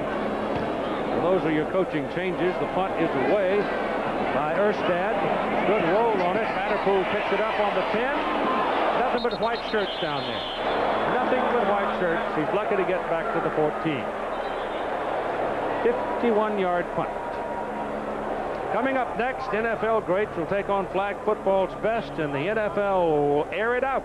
Comes out of Universal Studios in Florida next here on ABC Sports. If you're an owner of a professional franchise and you've got a high-priced hot dog star running around out there playing flag football, Well, these are old retired guys. Yeah, no, these guys are retired. It is Eric Boykin at quarterback now for West Virginia, number 11, 220-yard sophomore who has had very little luck so far in the ball game. Gets his pass off down the middle, and it is incomplete. Well, at this point, what Don Nealon and his staff want to do is just try and get some first downs, establish one of their quarterbacks, either Boykin or Johnston, to get something going. We need some first downs. They still have not been out on the field. They have not had more than 5 plays in any one series. Second down and 10, Robert Walker with a carry, and they have handled Walker today pretty well. Let's check in again with Lynn. Keith, you were talking about Nebraska's New Jersey connection. Well, number 14, Darren Miles, playing for Nebraska, is from Roselle, New Jersey, and he played Pop Warner football there. On Friday, he went out to see those kids, talked to quite a bunch of them, and about 100 of them bought tickets and are here rooting him on in the ball game. He's certainly playing football well, but giving something back to the organization that got him started in football. Keith? Good. They say he is just an outstanding kid, works hard in practice, best athlete on the team. On 3rd and 7, Boykin's got a problem. Down at the 10. You're talking about former NFL players. You and I saw a great one this morning over leaving the hotel. Yes. The judge, Alan Pace. Yes. It's fun to see him. What a nice man. What a terrific life he's had. Judge of Minnesota. You know, he and I came up at the same time. He was at Notre Dame when I was at Purdue, and he chased me around not only in college but in the pros. This young man right here, I saw a scout, one of the NFL scouts at halftime, and he said this is the top-rated kid in this game right here, this punter. Oh, he almost fanned that one, though. He needs a big bounce. Got some, but that's going to bring him right down around the game average, and that's what he had in mind. He had a chance for a time here at the game record. That is a 52-yarder with the bounce, so he's still going to be above it just a little bit. That's for the game average now, mind you. Here's Swanee. We've been talking about leaders and statistics in these games. Let's talk about education leaders. For Nebraska, last year they had 5 players who were in grad school playing on the football team. This year they have 3, and they are led by Rob Zadika, who had a perfect 4.0. He is a Rhodes Scholar candidate, and take a look. Here's his transcript for graduation, a perfect 4.0. If there's somebody else in Division I in college football who's done that, give us a call. We didn't get to see the transcript, but we'll show it to you because it's worth looking at it, what he's been studying, because he's carrying some heavy stuff. Benny carries the ball there, and here's the transcript. Look at this. Look at the courses he's been studying. Oh, yeah, he's a biology major. He's now taking courses in grad school in immunology and a couple of others I can't pronounce. And I think he's still going to get straight A's, Keith. Second down and 5. Benny is the I-back now. Frazier dropped the ball. West Virginia recovers it. Ahmed just plain dropped it, coming off the snap. Emerson is the man who recovered it. 4 turnovers by Nebraska now in the ball game. Well, I can hear Tom Osborne right now at the end of the game. He says the second half we just got sloppy, started turning the ball over, throwing interceptions, dropping the ball, center quarterback exchange. And there's nothing positive happening here in the second half for Nebraska to build on for the next game. They give you the feeling that they've lost interest, don't they? Well, they do. Yeah. But let me say this: West Virginia has not quit. They are a tough defensive team. Boykin lets it go. Vanderpool is down there, and he looked the wrong way, and if he had the jet left, he couldn't do anything with it. In the meantime, Boykin got spread out pretty good on the field by Baron Mount. He threw the ball too quickly. He needed to wait a second to see the angle that Vanderpool was coming out of his break. However, he didn't have time to wait because he had the Nebraska defense in his face. Well, the thing that's alarming when you got somebody like a Vanderpool, who is a bit of a speedster, I mean, no question about it, he can run. But Baron Miles is just running right with him and looking him right in the eye every step.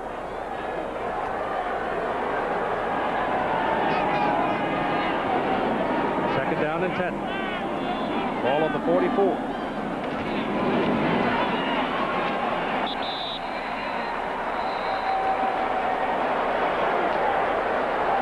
It's a limited passing game, isn't it? It is. You know, it's very similar. These two teams are very similar offensively and defensively. Offensively, they like the option. West Virginia hasn't been able to get the option going today. They like the sprint draws, they like the rollout, they like the play action. Very few times does a quarterback just drop straight back into the pocket. All right, hey, you've got something left? West Virginia quarterbacks have been taken behind the line of scrimmage 7 times today. Last play of the third quarter, that's 8 seconds. And we'll return with more action. There might be a face guard here. Let's wait. I think we've got a face guard coming up. It'll be a penalty on Nebraska, and that is the last play of the third quarter. That's what it is. So we'll be back with more action between Nebraska and West Virginia after this message, with the Huskers leading by a score of 24-0 after this message and a word from our ABC station.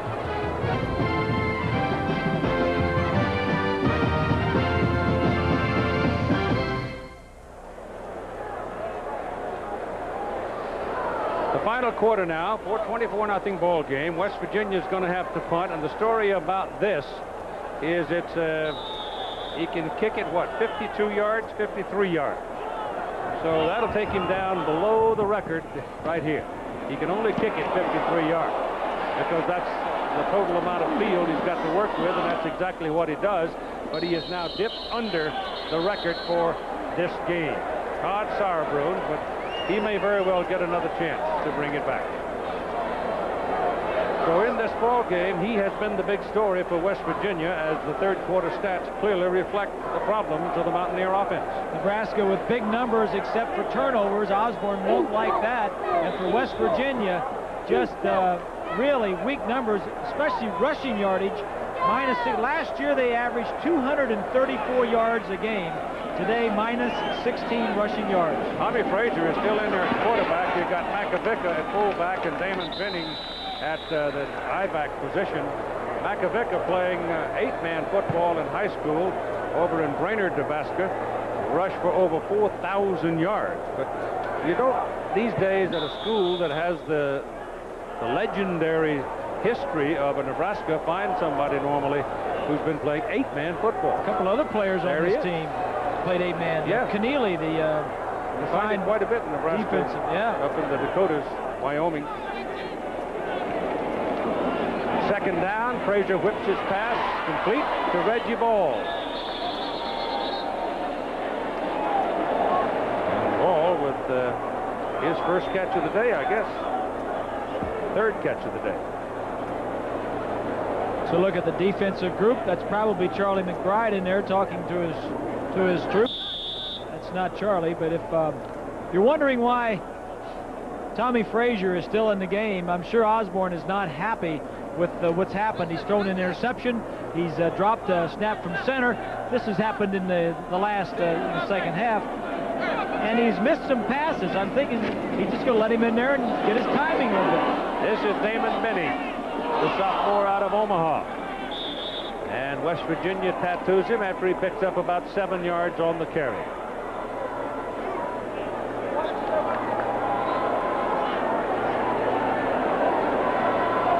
Benning at 205 pounds. Phillips at 200 pounds, Clinton Childs at 215 pounds. Those are three big, tough running backs. And there's two more behind them.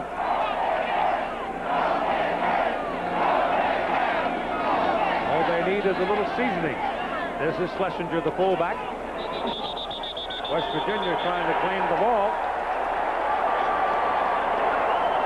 And they got it.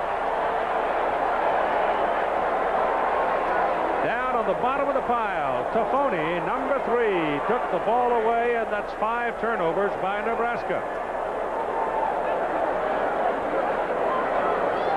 Well, that part of the Neyland scheme is working, and defense has played well. They've taken the ball away 5 times. It's the offense that's not doing anything with it when they get it. Yeah, I think it was Toffoni taking it away from Schlesinger. Nice play, nice pitch there. This is Walker with his biggest run of the day for West Virginia. Eric Boykin coming down on an option play. Tony Velen knocks him out of bounds. Veland knocks him out of bounds at the 31-yard line of Nebraska. So here's West Virginia now after the turnover, suddenly in a position maybe to score. That'll get Charlie McBride, the Nebraska defensive coordinator, cranky. This is their 5th possession of the second half. They've punted the first 4. Go back to Walker, and he'll pick up a couple. You see in the defensive front now, you've got Wistrom out there, and Salstrom, and Pesterfield, and Tomich, and Ellis, and Terwilliger, and Brown, and you have a lot of second-unit people. But now, all of a sudden, drifting back into the picture, come people like number 32, Stewart, number 4, Dumas. So the big fellas are starting to drift back onto the field. Boykin gives it again to Walker, and he busts it down to the 21-yard line, and a sure tackle by Tony Veland. Otherwise, he could have scored. Well, that was a touchdown-saving tackle by a guy that was playing quarterback last year. Here's Veland right here. Watch as he's going to come up and be the only man left between Walker and the end zone. Nice blocking up front when you get ahead and past that. And that's the best way to attack Nebraska, is right at them. They're just so quick. Ball handed this time to Freeman, the fullback, and he'll pick up about 3 yards. Nebraska in this second half, this has been their offense. They've been intercepted, they've punted, they've fumbled, and they fumbled. And that's why starting quarterback Frazier's been out there the second half. Yep. Now the West Virginia folks kind of excited, thinking about putting a touchdown on the board at 11.5 minutes to play in the ball game. Boykin gets his pass off. Pass is thrown to the tight end, Chad Wable. He's belted by Veland. The pass is incomplete. Veland's a nice kid. He's a junior who was a quarterback who wasn't getting much playing time. They switched him over to defensive back, put him at free safety. He is an excellent athlete, and he has been all over this field the last 4 or 5 plays. Boykin is 0 for 4.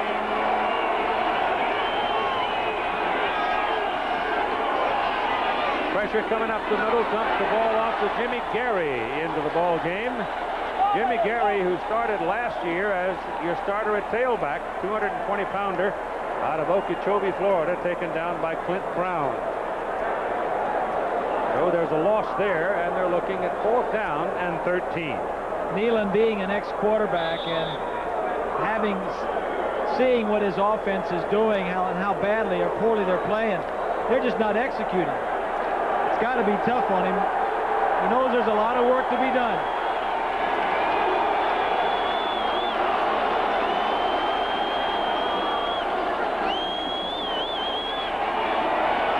To the corner of the end zone.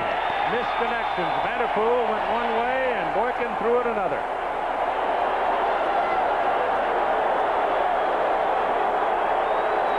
We're going to get a little coaching right here. I mean, some serious coaching. The receiver broke off his route. There's a Vanderpool. rules telling there was somebody out there, and that's why I didn't run out there. Here he is right here. If you run it down here, he's going to break to the outside. Let's take a look at it. Now, if we're going to stop it right here, if you stop it right here, he breaks his route and goes straight up the field, and Boykin is going to throw the ball to the outside of the field. That's what Nealon was yelling about. So the Huskers hold them and take over. Careful.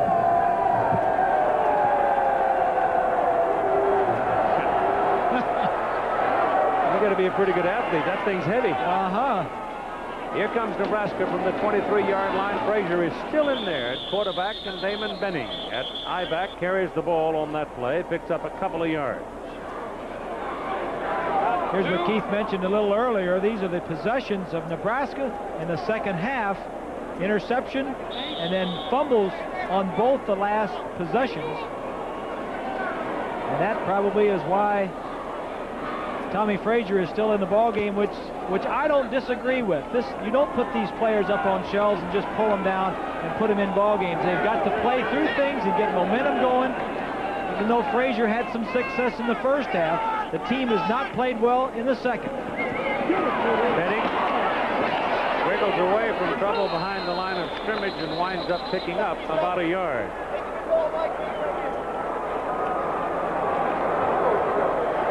As the Goodyear blimp Stars and Stripes out of Pompano Beach, Florida, drifts easily over Giant Stadium. Hi, y'all.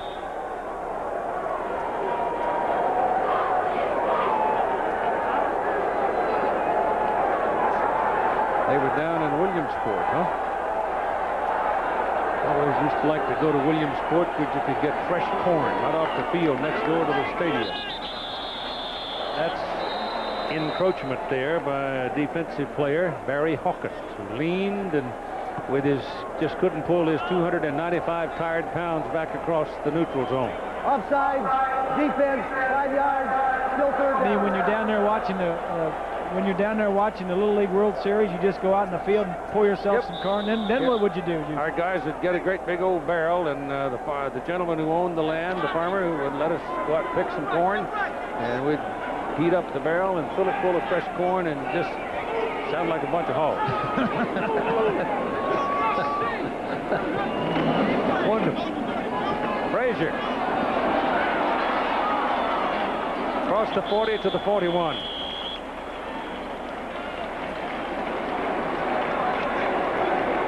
Have an awful lot of trouble with rain, though, during this time of the year down there. Well, that's why the corn's so high. You're probably right. Williamsport is where grit is printed.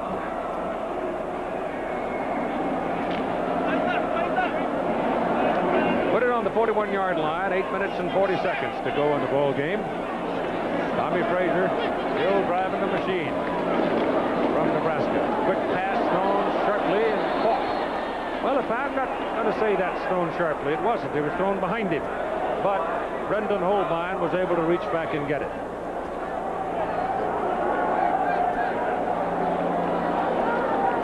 Nebraska has looked very poor in the second half, very average. In the first half, they've looked very good. Getting tuned up for their games the next couple of weeks.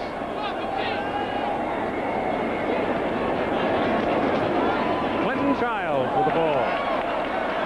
Childs is the big back, the 215-pounder from Omaha, and he just picked up a first down.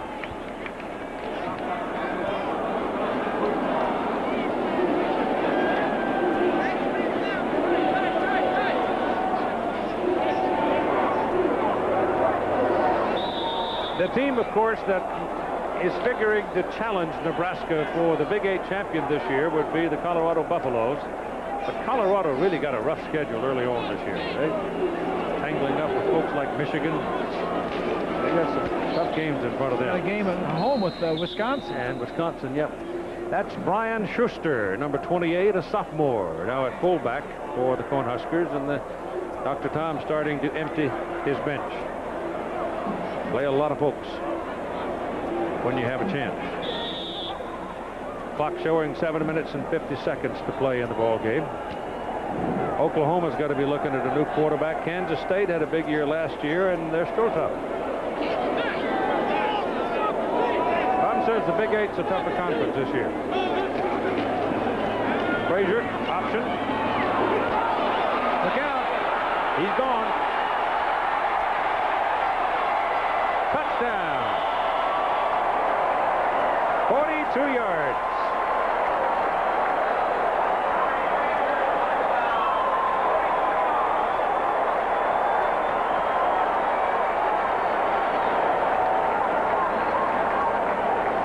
Turner Gill, he's saying that's just like the way I used to do it. And they've been doing it that way a long time under Tom Osborne at Nebraska.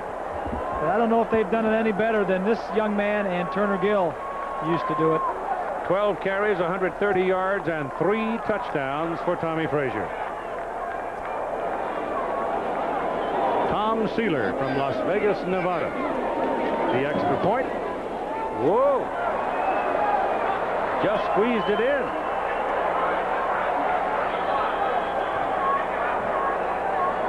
$31-0 ball game.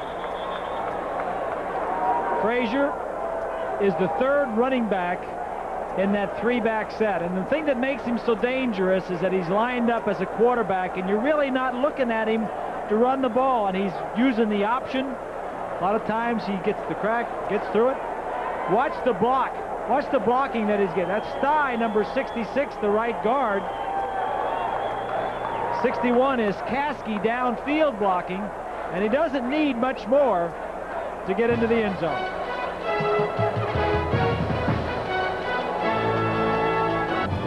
On a hot day in New Jersey, they have been the dominant football team, no question about it. A bit sloppy in the second half, but still it's 31-0, and they have not been seriously threatened.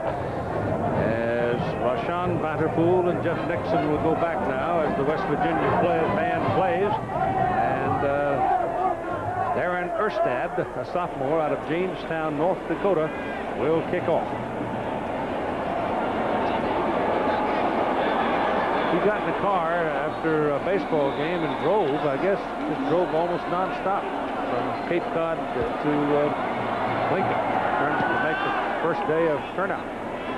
And again, the ball is kicked deep into the end zone. Don't do it. Bring it to the 20 because you're not going to get there running. So it'll be first down West Virginia at the 20. And they've been there most of the day. Last time the Mountaineers were shut out was 1986. And old foe Penn State did it to them, 19-0. Boykin is the quarterback. West Virginia averaged 41 points last year.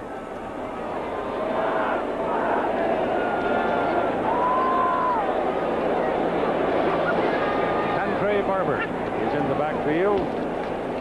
Boykin rolls out, dumps it off, caught by Levette Purnell, the tight end, and he picks up a first down out to the 37-yard line. That may be their biggest play of the day. Well, West Virginia offensively is just looking for some building blocks to take out of this game with them to go on for the rest of the season. They need to do something offensively. They only have 24 yards total offense before that last completion. And Nealon says we need to get something going, even if it is the last 7 minutes of this game and we're going to get beat. Offensively, let's get something going. Their next opposition will be Ball State out of the MAC. That is a takedown behind the line of scrimmage for the Nebraska Cornhuskers. And it's going to be, I think, the 9th time West Virginia quarterback has been taken down behind the line of scrimmage. This by Jason Peter. Now, Jason is the younger brother of Christian Peter, and the Peter boys are out of New Jersey, both of them. They have a brother also that's at Notre Dame. Yeah, and Damien, I think it is, over at Notre Dame, is playing this year for the first time. Boykin's pass is incomplete. It was intended for Zach Abraham. That's a poor throw there, Keith. Yep. That's just a simple out. He had good vision. You need to hit those types. Well, he's cranking up. He's winding up. Instead of just whistling it out, flipping it out there, wristing it out, whatever you want to call it, throwing the ball with some touch on it. He threw it hard.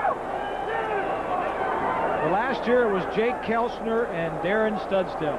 Yep. Two names that will go a long way in the history and the annals of West Virginia football. Before that, Hostetler. That's right. Major Harris down there. Yep. Time called with 6:21 to play. They're looking at 3rd and 13. Monday night. Well, the Mountaineers have had their conference as you look down on Giant Stadium. We're 6 minutes and 21 seconds to play in what has been a one-sided ball game. 3rd down conversions today. They're 0 for 10. And if they got a trick play, this might be a place to try it. It's a pass down the middle for Vanderpool. Nothing trickery about it. It's just a post pattern, but it worked. First down at the 35.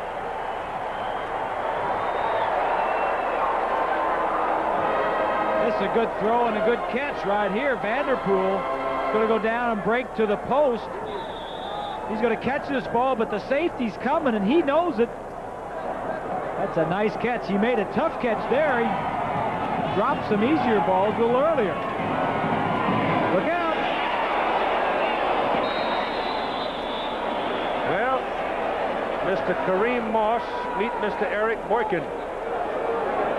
Moss is the strong safety, and that obviously a strong safety blitz. The quarterback, Boykin, has not had a lot of snaps in the last couple of years. You've got to be alert for a safety blitzing. You cannot block those guys with your normal offensive line and back blocking. You need to see that yourself. You'll see that in the tape of the film the next couple of days, and the next time it happens, he may be alert for it. You need to start sensing it, though, before you feel the collision. Or you're going to have a little trouble getting up in the morning. This is Jimmy Gary, and he runs into the stack and doesn't get much out of it, a couple of yards. And so it's 3rd down and 8.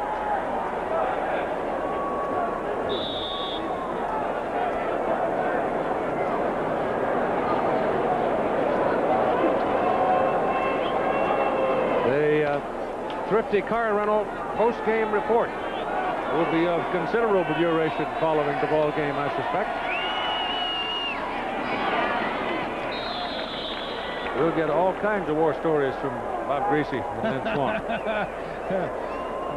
3rd down and 4th down and 4 now. As on 3rd down, they're well short of it. Neyland had an undefeated regular season last year, and then 6 years previous to that, in 1988, also had an undefeated season. He has done wonders at West Virginia. He needs to come up with some kind of offense this year, but this is a tough defense he's going against. 4th and 4. Boykin's pass underneath the coverage is good for a first down and then some as Levette Purnell makes the catch. And the big sophomore from Seaford, Delaware. Just a couple of doors down from us is an old friend, Jack Fleming, who is in his 43rd season of broadcasting West Virginia Mountaineer football. 43 seasons. He's been involved for a good long time with the Pittsburgh Steelers as well, and I knew him first back when I was doing NBA basketball. Jack was doing the Chicago Bulls for a few years. There he is. It's been a long day for him today. Yep. Oh, he's got Imagine a million he's stories. had some long days. Oh, he's got a million stories. It's Jimmy Gary inside the 10 down to about the 8. He's a good guy, and he's been done a fine job for the folks in West Virginia for a long time. So the Mountaineers trying to get something on the board. They want to score. They don't want to go home with that goose egg hanging around their neck. In the first place, they know full well the coach is going to be cranky anyhow. But if they scored, it might tend to relieve it just a bit.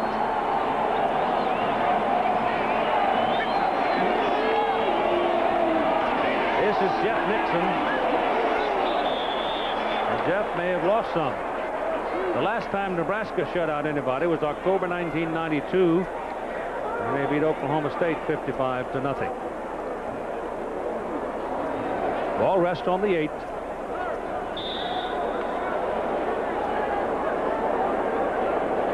They can get a first down without scoring, but just barely.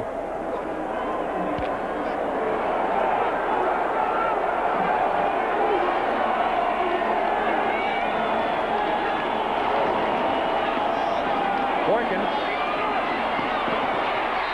That gets you a flag because Tony Minifield was in the grasp of Darren Schmedeke, reserve cornerback. Oh, Darren had wrapped him up, put him in his pocket, and pretty much zipped him up before the ball got there. The play action semi-rollout. The receiver is going to have position on the defensive back, and that is a little bit early. But because of the Minifield had position, the receiver had position, there was nothing the corner could do but go right through him. So put the football at the 2, and it is first and goal. Robert Walker is back in with Freeman.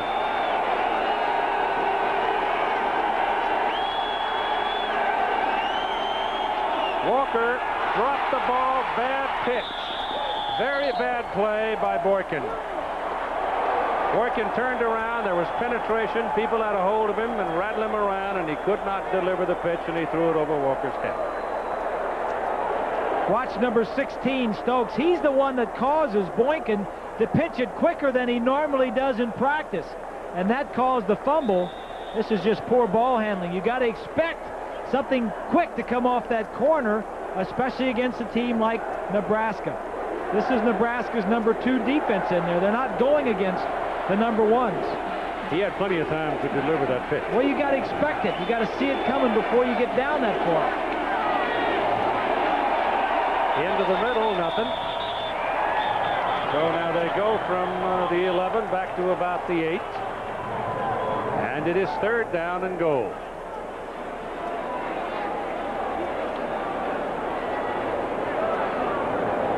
They had first and goal on the 2.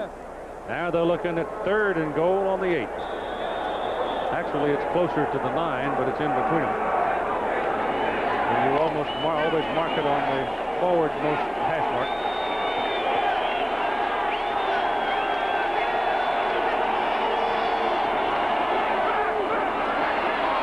That pass was thrown in the corner. Zach Abraham was the man trying to run under it, but Cedric Collins was having none of it.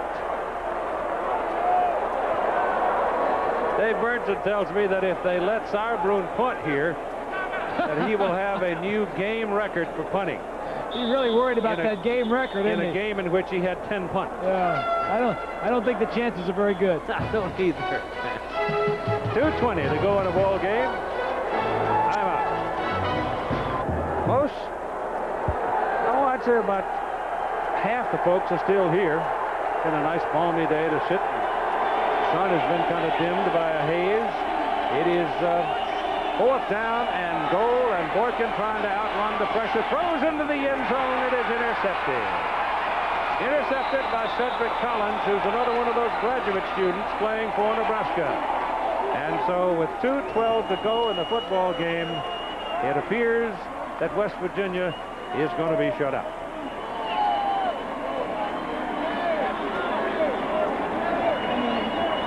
Well, it's a good call getting the quarterback outside the pocket where he might have a little bit more time to throw, but throwing on the run to a receiver going the other way, there was no receiver even near Collins when he intercepted that ball. Brooke Behringer is the quarterback, Quentin Childs the tailback, and Chris Norris the fullback for Nebraska now, as Tom Osborne goes down the bench, looking for a little more seasoning for some folks, and Childs is running hard for a first down, for almost a first down, out around the 18-yard line. This football game is a product, actually, of the National Football Foundation and College Hall of Fame and the National Association of Collegiate Directors of Athletics. And the College Football Hall of Fame is moving very shortly to South Bend, Indiana. A new 60,000 square foot, $15 million building over there. Quite a show place. This is Chris Norris getting the carry, and he's out across the 20 to about close to the 25-yard line on the first down play. But it's going to be a place much like the one in Mason, Ohio, that was designed for families and where people can come and get involved with the history of college football. The city of South Bend, Indiana, very much involved in this particular project. So if you're going that direction anytime soon, stop in and have a visit. And it's supposed to be state-of-the-art, with all the latest in functions and features. Brooke Behringer turning it upfield, and he runs for a first down. A big guy, 6'4", 210. Next Saturday here on ABC Sports, we've got a doubleheader going for you and a lot of regional action. You got Boston College, Michigan. You got Virginia, Florida State, Washington, USC, and then at 8 Eastern and 5 Pacific, the first wave of games at 3:30 Eastern. You'll have Notre Dame, Northwestern, or UCLA, Tennessee. All of that here on ABC Sports next Saturday. You got Matt Turman in there at quarterback now for Nebraska. His dad's a coach in high school out in the state of Nebraska. Matt suffered what they thought had been quite a severe injury a couple of weeks ago, but lo and behold, turned out to be not so bad, and being a resilient youngster, he bounded right back from it. And he's just a walk-on, too. Tom Osborne has a good walk-on program, and that quarterback, Turman, is a walk-on quarterback and the number 3 quarterback on this team. 20-19 and counting now toward the end of the ball game. Nebraska came into this game ranked number 4 in the coalition poll. West Virginia ranked number 23. And what we have seen today in the first game of the season, I would say those rankings held up pretty well.